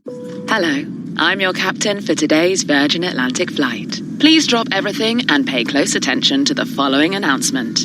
The sail is now on. Our crew are ready to take your bags and stresses away. The cocktails are ready to serve, the movies are loaded, and we're all set for takeoff to the Caribbean. So, take your seat in our award-winning economy class. We're ready to go when you are. The Virgin Atlantic sail. Fly amazing for less. For more details, visit virginatlantic.com. At Ring, we've reinvented the doorbell. So no matter where you are or what time of day, you can watch over your home and the things you care about. Ring Video Doorbell streams HD video and two-way talk straight to your phone, so you can speak to whoever's at your door from anywhere. Delivery. Oh, great. Could you leave it with my neighbour, please? Sure, no problem. And it's so simple, you can install it yourself in minutes. See, hear and speak to whoever's at your door from wherever you are with Ring Video Doorbell. Available at ring.com and selected retailers. The Sky Broadband sale ends soon. Get a massive 30% off superfast broadband and anytime calls. It's now just £25 a month for 18 months, so you can stream, share, play or tweet in the living room, bedroom, hey, any room you like. It's usually £37 a month, but now it's just £25 a month for 18 months plus $19.95 setup. So what are you waiting for? Offer ends 6th of Feb. Visit sky.com today. Sky Fibre network area. Speeds vary by location. Prices may change during contract. Terms apply. When you're not listening to your team, take it to the end zone, the rim, or the net. Keep up with the biggest moments in sports by following TuneIn on social media. Block, Cook into the end zone for the touchdown. From reminders of the live top games to tips of the best sports stations and podcasts. Welcome to Undisputed. We are live from Los Angeles. I'm Jenny Taft here with Skip Bayless. Follow at TuneIn on Facebook, Twitter, and Instagram to get the most out of TuneIn. Pascal gobbles up the rebound and slams it down. Catch your favorite NBA team right here on TuneIn. A step back, deep three is up and in. Search NBA on TuneIn and hear all the action. The NBA lives on TuneIn. You love TuneIn for live breaking news from CNN, MSNBC, Fox, CNBC, and more. But when you can't catch your favorite show as it airs, it might just be a click away as a podcast. Search your favorite news station to explore all the on-demand news shows on TuneIn. Live from the Bloomberg Interactive Brokers Studio in New York. Bloomberg 1130 to Washington, D.C. Bloomberg 99.1 to Boston. Bloomberg 106.1 to San Francisco. Bloomberg 960 to the country. Sirius XM Channel 119. And around the globe, the Bloomberg Business app and BloombergRadio.com. This is Bloomberg Daybreak. And it's 5:30 on Wall Street. Good morning. I'm Karen Moscow. And I'm Nathan Hager. Bloomberg Daybreak is brought to you by EisnerAmper, named Best Global Accounting Firm for the third year in a row by HedgeWeek, a leading hedge fund industry publication. Learn more at EisnerAmper.com/FS. And we're just about 4 hours away from the opening of U.S. trading. Let's get you up to date on the news you need to know at this hour. Global stocks are lower, with Asia leading the declines as concerns over the new virus in China spread. Officials are halting travel from Wuhan, the epicenter of the virus. We get the very latest from Bloomberg's Selena Wang in Beijing. Outbound flights and railway has been banned, as well as public transportation in the city. You have worldwide governments on high alert right now, and China has a nationwide screening program, but hundreds of millions of people are traveling around this time period for Chinese New Year, which is tomorrow. So it makes screening and monitoring even more difficult. And add to that the fact that we've learned that some of the people who have died did not exhibit a fever. So that means the ability to catch this is quite difficult. On the last trading day before China's Lunar New Year holiday, the Shanghai Composite plunged 2.7%. That's the biggest drop for that day in its three-decade history. The deadly virus is also having an impact on the oil market, with crude extending declines this morning. Bloomberg's Steven Stepzinski has more from Singapore. When you look at what happened during the SARS epidemic, you saw air travel drop about 8% in Asia. That had a knock-on effect and lowered Brent and aviation crudes. Because less people are traveling, you'll see less of a demand boost. So because of that, that's going to sap prices globally, but also focused in Asia when you look at jet fuel indexes. And right now, Brent's down 1.4% to $62.31 a barrel. West Texas Intermediate down 1.7% at $55.79. Elsewhere in Asia, Indonesia's central bank left its benchmark interest rate unchanged for a third straight month. It says the economic outlook is improving, but keeps the door open for future cuts. The European Central Bank announces its latest policy decision just over 2 hours from now. That's followed by a press conference from President Christine Lagarde. The UK is a step closer to leaving the European Union. Parliament has approved Prime Minister Boris Johnson's Brexit deal. It now goes to the Queen for her signature. And on the earnings front, Intel and Procter & Gamble lead 18 companies in the S&P 500 reporting results today. Now let's get you up to date on how stocks are faring with S&P futures. Little change this morning. Dow futures down 12. NASDAQ futures up 8. The DAX in Germany's down 0.33%. 10-year Treasury up 8/32, yield 1.73%. And the yield on the 2-year is at 1.50%. And COMEX Gold is down 0.2%. Straight ahead, we have the latest world and national news. And this is Bloomberg.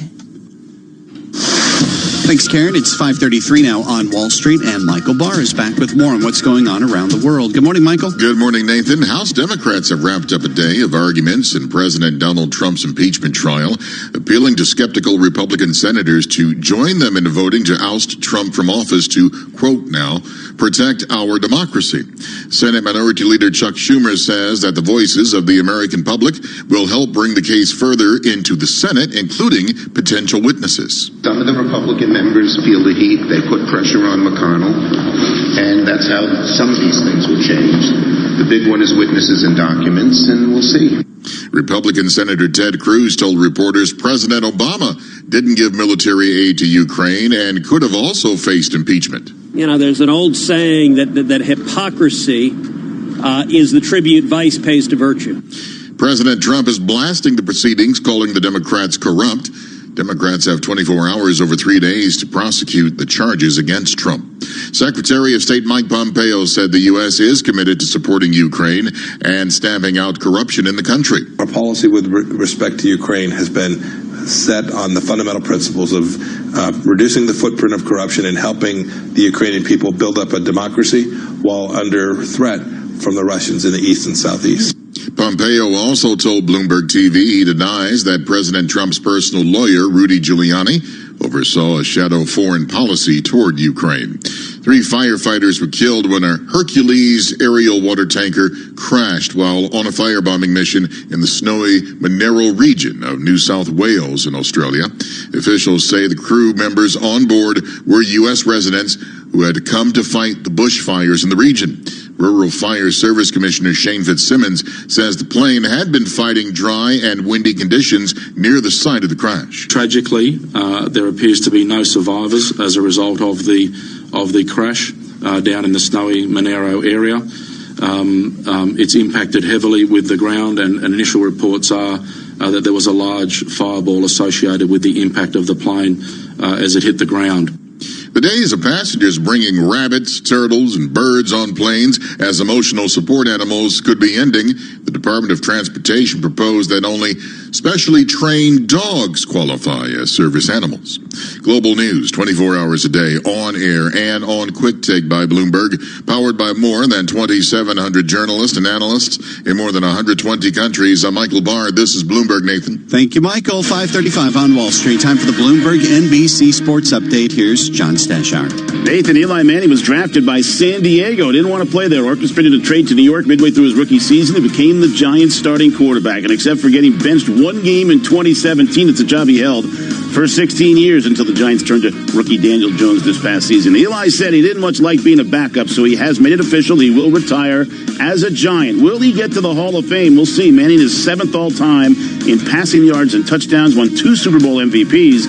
With all the losing the last 3 seasons, Eli's regular season record, only 500. He never won a playoff game other than in the 2 Super Bowl seasons. The Mets considered Luis Rojas to be their manager a few months ago. Instead, they went with Carlos Beltran, whose involvement in the Astros scandal forced him out So the Mets are finalizing a deal with Rojas, who's part of a famous baseball family. His father, Felipe Alou, his two uncles, Matty and Jesus, and his brother, Moises, all played in the majors. His name is Rojas, not Alou, because that's the official family name, and that's what's on his birth certificate. LeBron James' only visit to New York last night at the Garden. His Lakers beat the Knicks 100-92. Lakers are 35-9 as they play tonight in Brooklyn.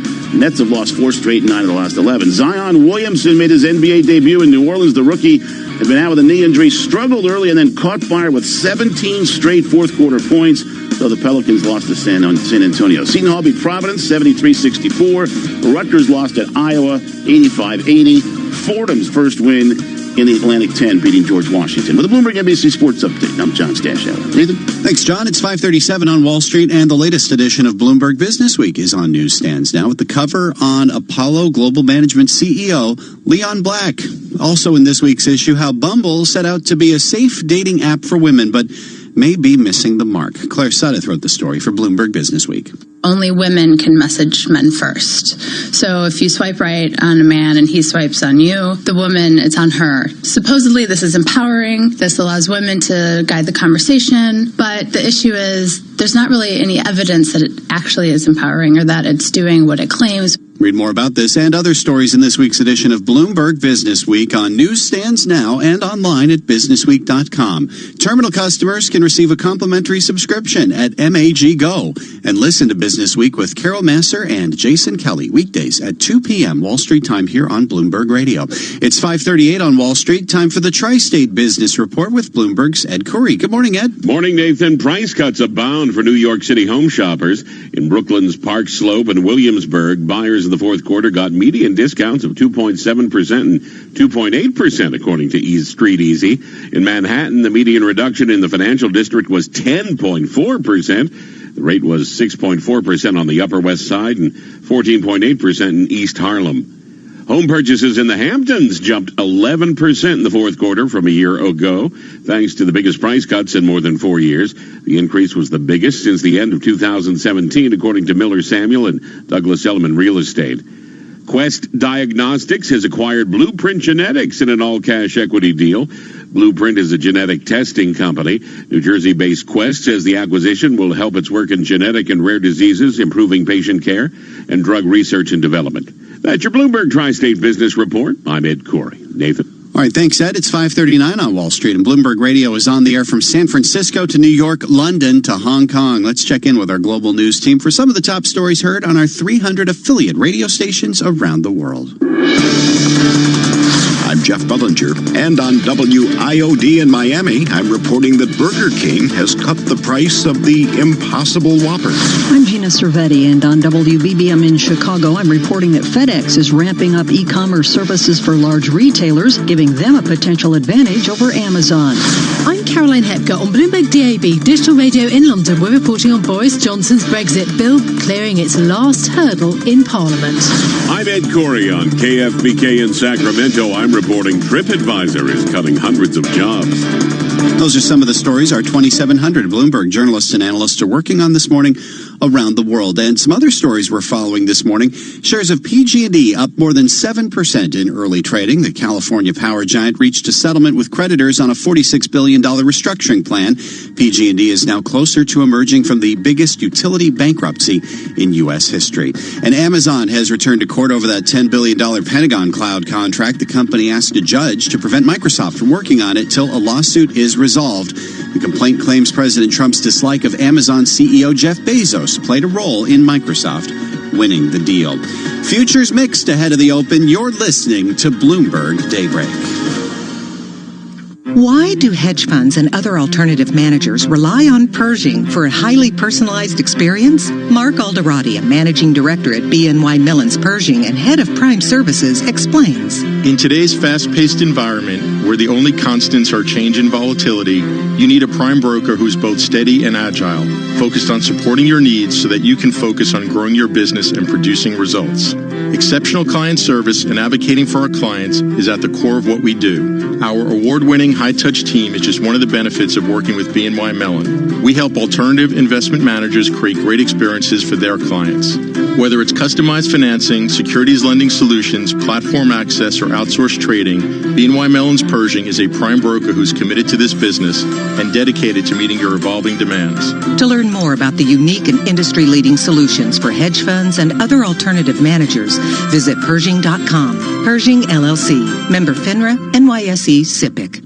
Message and data rates may apply. T&C and privacy terms can be found at Babbel.com/terms. Please don't text and drive. Have you wanted to speak a new language, but you thought it'd be too hard or take too much time? Then try Babbel for free by texting EXPLORE to 64,000. In just 15 minutes a day, you'll be on your way to speaking a new language in just a few weeks. And right now, you can try Babbel for free. Babbel starts out teaching you words and phrases by matching them with pictures. You won't believe how easy the interactive program is. Soon the sentences get a little bigger, and before you know it, you're having simulated conversations voiced by native speakers. And because Babbel is crafted by language experts and uses the spaced repetition method, in just 10 to 15 minutes a day, you'll be speaking the language of your choice with real confidence. With Babbel, you can speak a language. Just text EXPLORE to 64,000 and start your first lesson in the language of your choice for free. Download the Babbel app or text EXPLORE to 64,000 and try it for free. Text EXPLORE to 64,000. This is your Bloomberg Real Estate Report. Whatever job you're searching for, you can find it on LinkedIn. First jobs, flexible jobs, keep me out the cold jobs, advertising jobs, accounting jobs, HR, PR, even ER jobs, East London jobs, West London jobs, extra hour in bed jobs, startup jobs, late start jobs, get home in the daylight jobs, banking jobs, building jobs, flexible working on a Friday jobs, or even voiceover jobs, which is how I ended up recording this ad. Search millions of jobs on LinkedIn and find one meant for you. Keys. Check. Phone. Check. 70s playlist downloaded? Check. Nice. There's one more thing you should check before you leave. Your travel.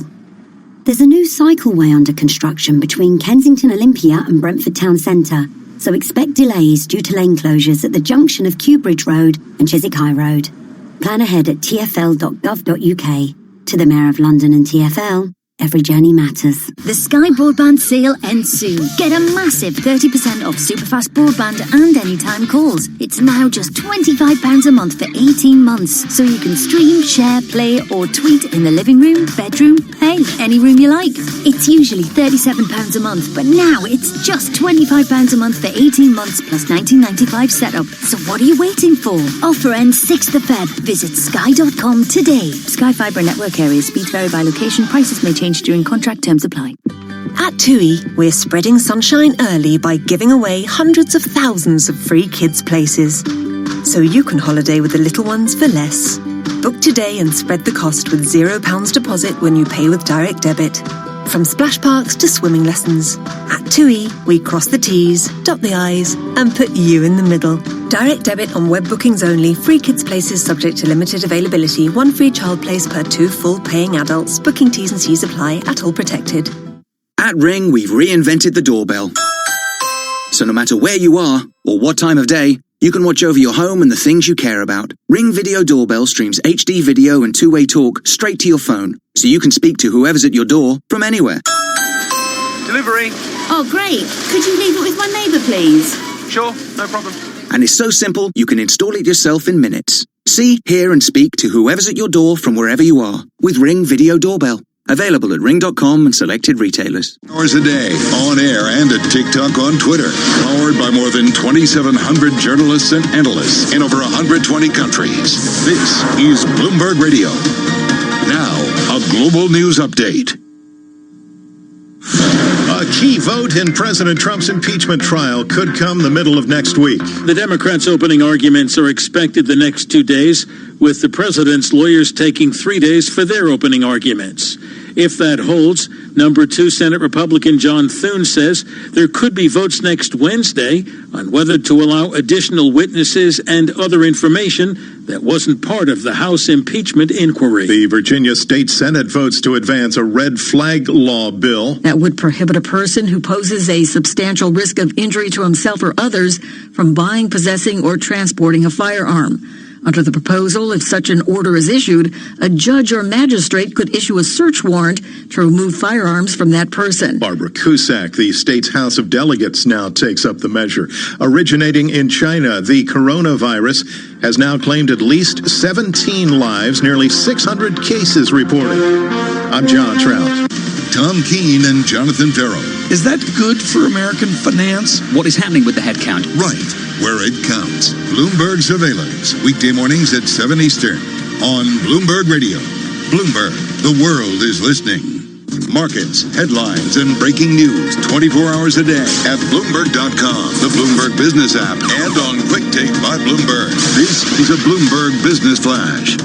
And I'm Karen Moscow. European stocks dropping. U.S. stock index futures have been drifting. Asian shares slumped amid some lingering concerns that a virus spreading from China to other countries could become a drag on global growth. Crude oil is falling. Treasuries are climbing. We check the markets every 15 minutes throughout the trading day on Bloomberg. S&P futures, little change. Dow futures down 19. NASDAQ futures up about 7. The DAX in Germany's down 0.3%. 10-year Treasury up 7/32, yield 1.74%, and the yield on the 2-year 1.50%. NYMEX crude oil is down 1.6% or 89 cents at $55.85 a barrel. COMEX gold down 0.2% or $3.20 at $15.53.50 an ounce. The euro 1.1087 against the dollar. British pound 1.3132. And the yen is at 109.58. And that's a Bloomberg Business Flash. Now here's Michael Barr with more on what's going on around the world. Michael. Karen, House managers continue their opening arguments in the Senate's impeachment trial for their second day today. Yesterday, Democrats tried to lay out their case repeatedly, reminding Republicans of the need to call for additional witnesses and evidence blocked by the Trump administration. Vice President Mike Pence is in Israel to take part in a ceremony to mark International Holocaust Memorial Day on Monday. Israel is hosting more than 40 heads of state in Jerusalem to mark the 75th anniversary of the liberation of Auschwitz, the Nazi death camp where over 1 million Jews were murdered. In New York, Giants quarterback Eli Manning has retired. The Giants said that Manning, who led the team to 2 Super Bowls, would formally announce his retirement tomorrow. In the NBA, the Knicks lost along with the Wizards and Warriors. The Celtics won. Global news 24 hours a day, on air and on Quick Take by Bloomberg, powered by more than 2,700 journalists and analysts in more than 120 countries. I'm Michael Barr. This is Bloomberg, Nathan. Okay, Michael, thank you. It is just before 5:49 on Wall Street, live from the Bloomberg Interactive Brokers studio. This is Bloomberg Daybreak as we continue to watch a market that seems pretty sensitive to concerns over the deadly coronavirus in China now spreading around the world. Let's bring in Richard Jones now, FX and rate strategist on the Bloomberg Markets Live team. And Richard, good morning. We're seeing some of that sensitivity play out in the U.S. Treasury markets as well. Gains across the board for U.S. debt. What's your take on it? Yeah, good morning, Nathan. Well, I think what we're seeing as a result of the health scare in China is very similar to the types of moves that we saw with the tensions in the Middle East at the beginning of the month between Iran and the U.S. And so I think, yes, you're right to highlight that Treasury yields are moving lower. I think what is more pronounced for obvious reasons with this particular situation now versus the problems in the Middle East early in the month is that Asian equities have really taken this very badly, and you can understand why. It makes perfect sense from a regional perspective that they would get hit very hard.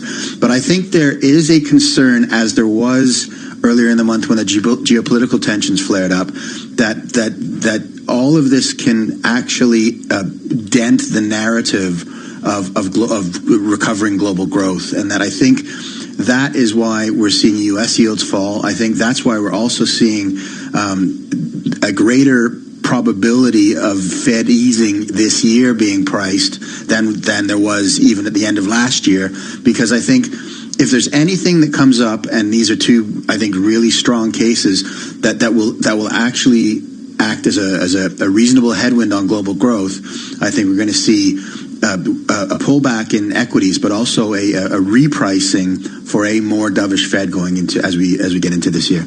Yeah, we are to see a 12% price hike into the Fed funds futures markets on the WIRP function on the Bloomberg terminal. I mean, is this a possibility that we could see the Fed call this the kind of material reassessment to the outlook that it's talked about it would need to meet in order to make a move on rates this year? I think the Fed has the I won't call it a luxury, but does have the ability right now to actually take its time with what it does next. And I think that the domestic economy remains strong. I think let's see how all of this pans out in terms of its impact on global growth. So the market is definitely thinking that the Fed will have to do something by the end of the year. But I don't think it's something that's imminent. I do think the Fed has the ability to wait and see on this. But I think the longer that this goes on, the bigger a potential problem it is. I think that we get more cumulative easing priced into the curve by the end of the year, and we get the first rate cut moved further to the present. So I think we're probably looking at something towards the end of the year now. Maybe we'd be looking at something towards mid-year or even in a few months' time if this does become a bigger problem than it initially seems to be right now. Are you seeing the same kind of volatility in the market that we did when we had those geopolitical tensions with Iran not too long ago?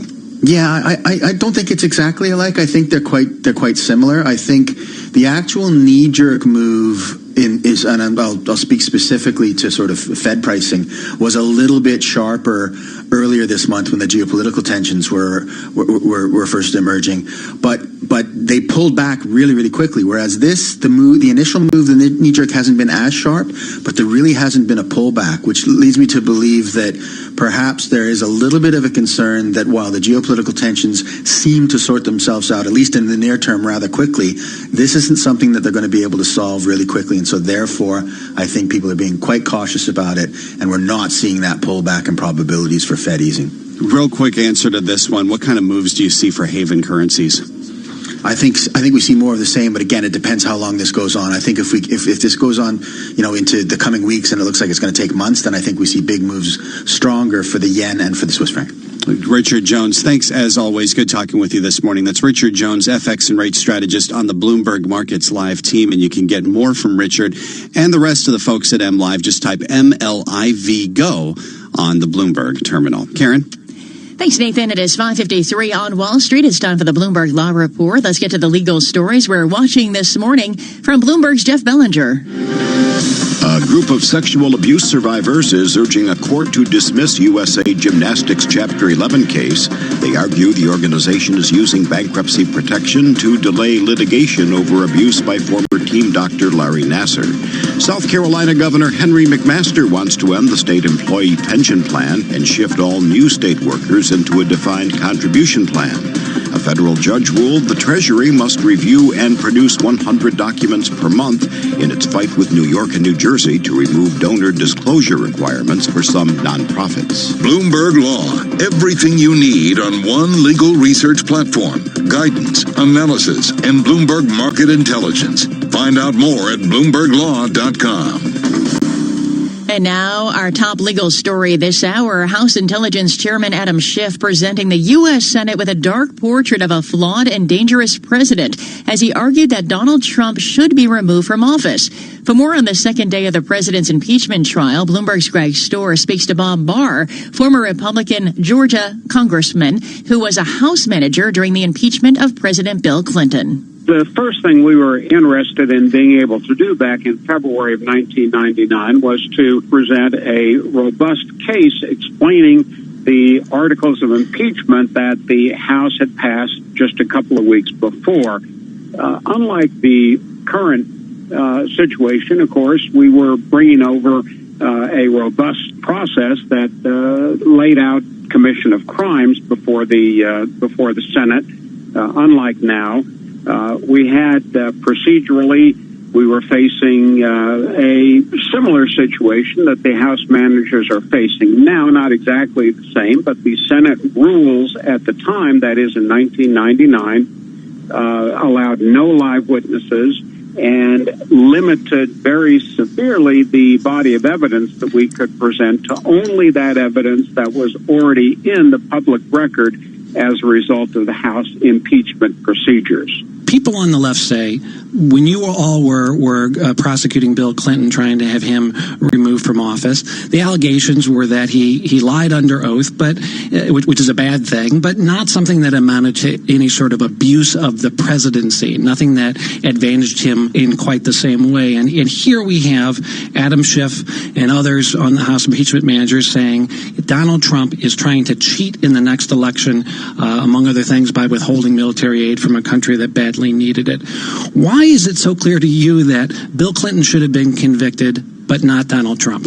First and foremost is that we in 1999 were proceeding pursuant to articles of impeachment that expressly did what the Constitution says is necessary to impeach and remove a president. That is to show that the president violated either bribery or treason, committed one of those two offenses, or committed other high crimes and misdemeanors. In other words, there has to be a crime at the center or at the foundation of the impeachment of a president. And that's Bob Barr, former Republican congressman and House manager during the impeachment of President Bill Clinton, speaking with Bloomberg's Greg Stohr. Catch more of that interview, plus analysis of the latest legal news by subscribing to the Bloomberg Law Podcast or downloading the show at Bloomberg.com/podcast. And attorneys can find exceptional legal research and business development tools at BloombergLaw.com. S&P futures are little change this morning. Dow futures down 19. NASDAQ futures up about 9. The DAX in Germany's down 0.25%. 10-year Treasury up 7/32, yield 1.74%. And the yield on the 2-year 1.50%. NYMEX crude oil down 1.7% on 95 cents at $55.79 a barrel. And COMEX gold is down 0.2% at $15.53.80 an ounce. And Bloomberg Daybreak continues. This is Bloomberg. Influential conversation. What if your email was organized by project and not by date? What if everyone looked at the same thing instead of their own inbox? Then it wouldn't be email at all. Forget your fragmented, jumbled inbox and make the change to channels in Slack. Spaces dedicated to individual projects, topics, or teams. All your communication is neatly organized and everyone is on the same page. Slack. Choose a better way to work. Get started at slack.com. Hello, I'm your captain for today's Virgin Atlantic flight. Please drop everything and pay close attention to the following announcement. The sail is now on. Our crew are ready to take your bags and stresses away. The cocktails are ready to serve, the movies are loaded, and we're all set for takeoff to the Caribbean.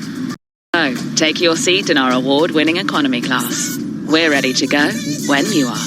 The Virgin Atlantic sail. Fly amazing for less. For more details, visit virginatlantic.com. At Ring, we've reinvented the doorbell. So no matter where you are or what time of day, you can watch over your home and the things you care about. Ring Video Doorbell streams HD video and two-way talk straight to your phone, so you can speak to whoever's at your door from anywhere. Delivery. Oh, great. Could you leave it with my neighbour, please? Sure, no problem. And it's so simple, you can install it yourself in minutes. See, hear, and speak to whoever's at your door from wherever you are with Ring Video Doorbell. Available at Ring.com and selected retailers. Today at Bloomberg.com, on the Bloomberg Business app, and on Quick Take by Bloomberg. This is Bloomberg Radio. Live from the Bloomberg Interactive Brokers Studios, this is Bloomberg Daybreak for Thursday, January 23rd, 2020. Coming up this hour. Concerns over the virus outbreak in China weigh on global sentiment. Stocks in China tumble, oil slides, and bond yields fall. In the UK, Boris Johnson's Brexit deal clears its final hurdle in Parliament. And in Frankfurt, we await a policy decision from the ECB. House Democrats appeal to senators in President Trump's impeachment trial to protect democracy. Meanwhile, the president calls the Democrats corrupt. I'm Michael Barr. More ahead. I'm John Stashower in sports. Eli Manning is retiring after 16 years as the Giants quarterback. The Mets set to name Luis Rojas their new manager at the Garden. The Lakers beat the Knicks. That's all straight ahead on Bloomberg Daybreak. On Bloomberg 1130 New York, Bloomberg 99.1 Washington, D.C., Bloomberg 106.1 Boston, Bloomberg 960 San Francisco, Sirius XM 119, and around the world on BloombergRadio.com and via the Bloomberg Business app. Good morning, I'm Nathan Hager. And I'm Karen Moscow. Global stocks are lower this morning. We're coming up to 6:01 on Wall Street, and we check the markets every 15 minutes throughout the trading day on Bloomberg. S&P futures are little change. Dow futures down 16. NASDAQ futures up 11. The DAX in Germany's down 0.25%. FTSE 100 down 0.2%, and the CAC in Paris is up 0.2%. Nikkei 225 in Japan fell 1%. 10-year Treasury up 7/30 seconds, yield 1.74%. The yield on the 2-year 1.50%. NYMEX crude oil down 1.7% or 94 cents at $55.79 a barrel. COMEX gold is down 0.2% or $2.80 at $15.53.90 an ounce. The euro 1.1092 against the dollar. The yen 109.57. Nathan. And Karen, concerns over the new virus in China are spreading while Beijing increases steps to contain the outbreak. Officials are halting travel from Wuhan, the epicenter of the virus. We get the very latest from Bloomberg Daybreak Asia anchor Brian Curtis in Hong Kong.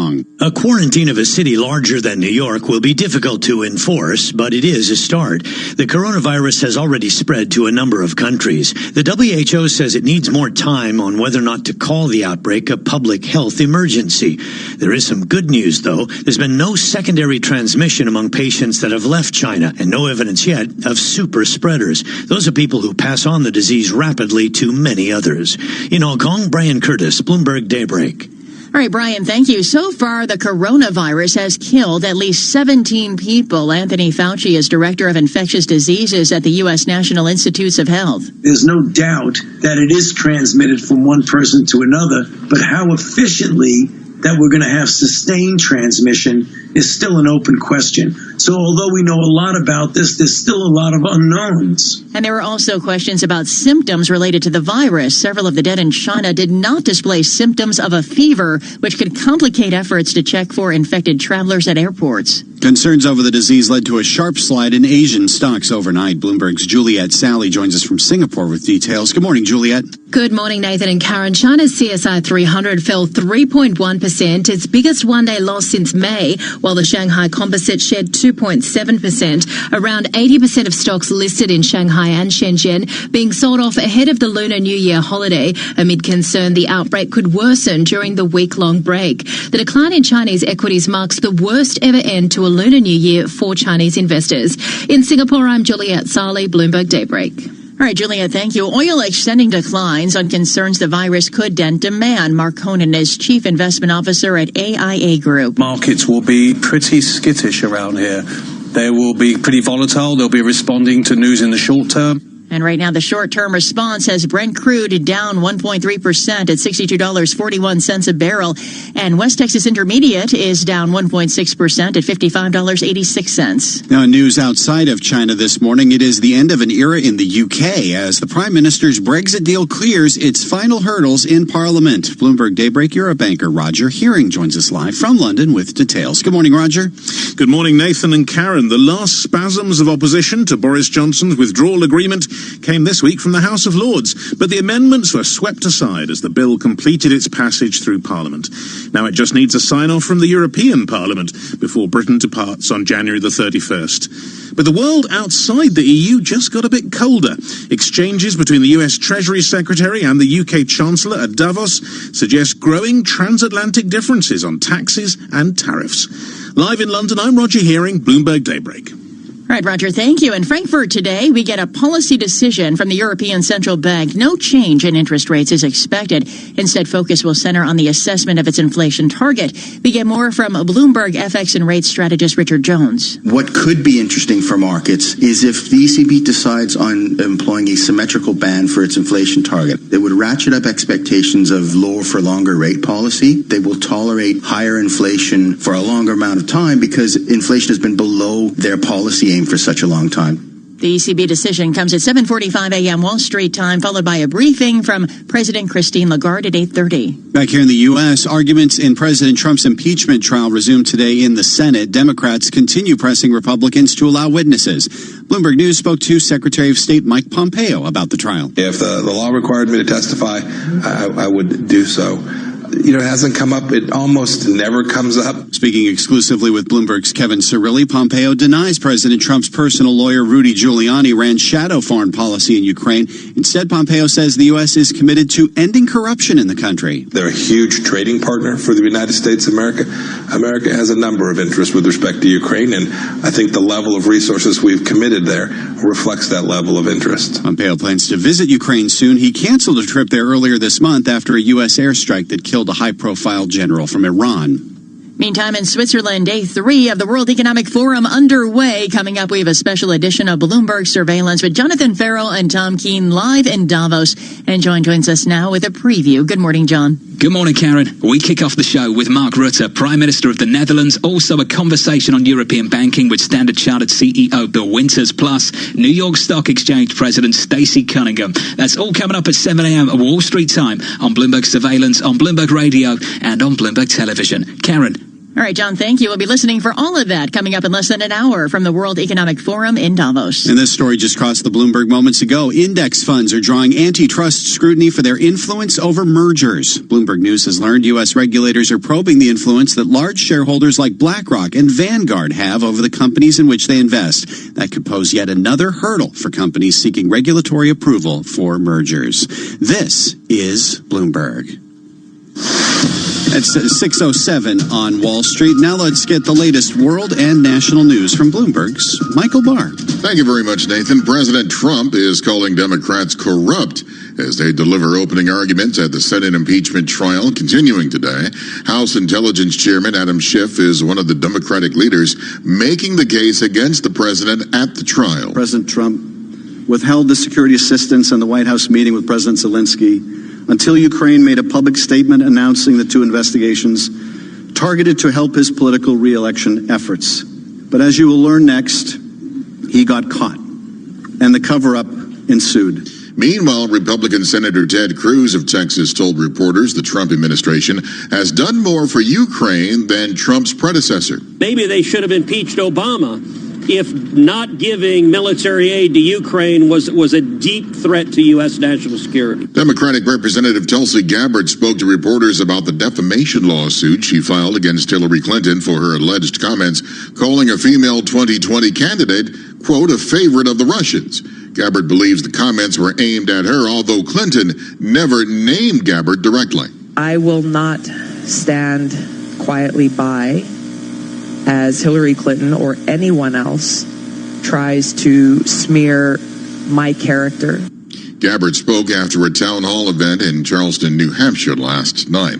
President Trump will become the first sitting president to address the anti-abortion March for Life in person with a planned trip to the rally on the National Mall tomorrow.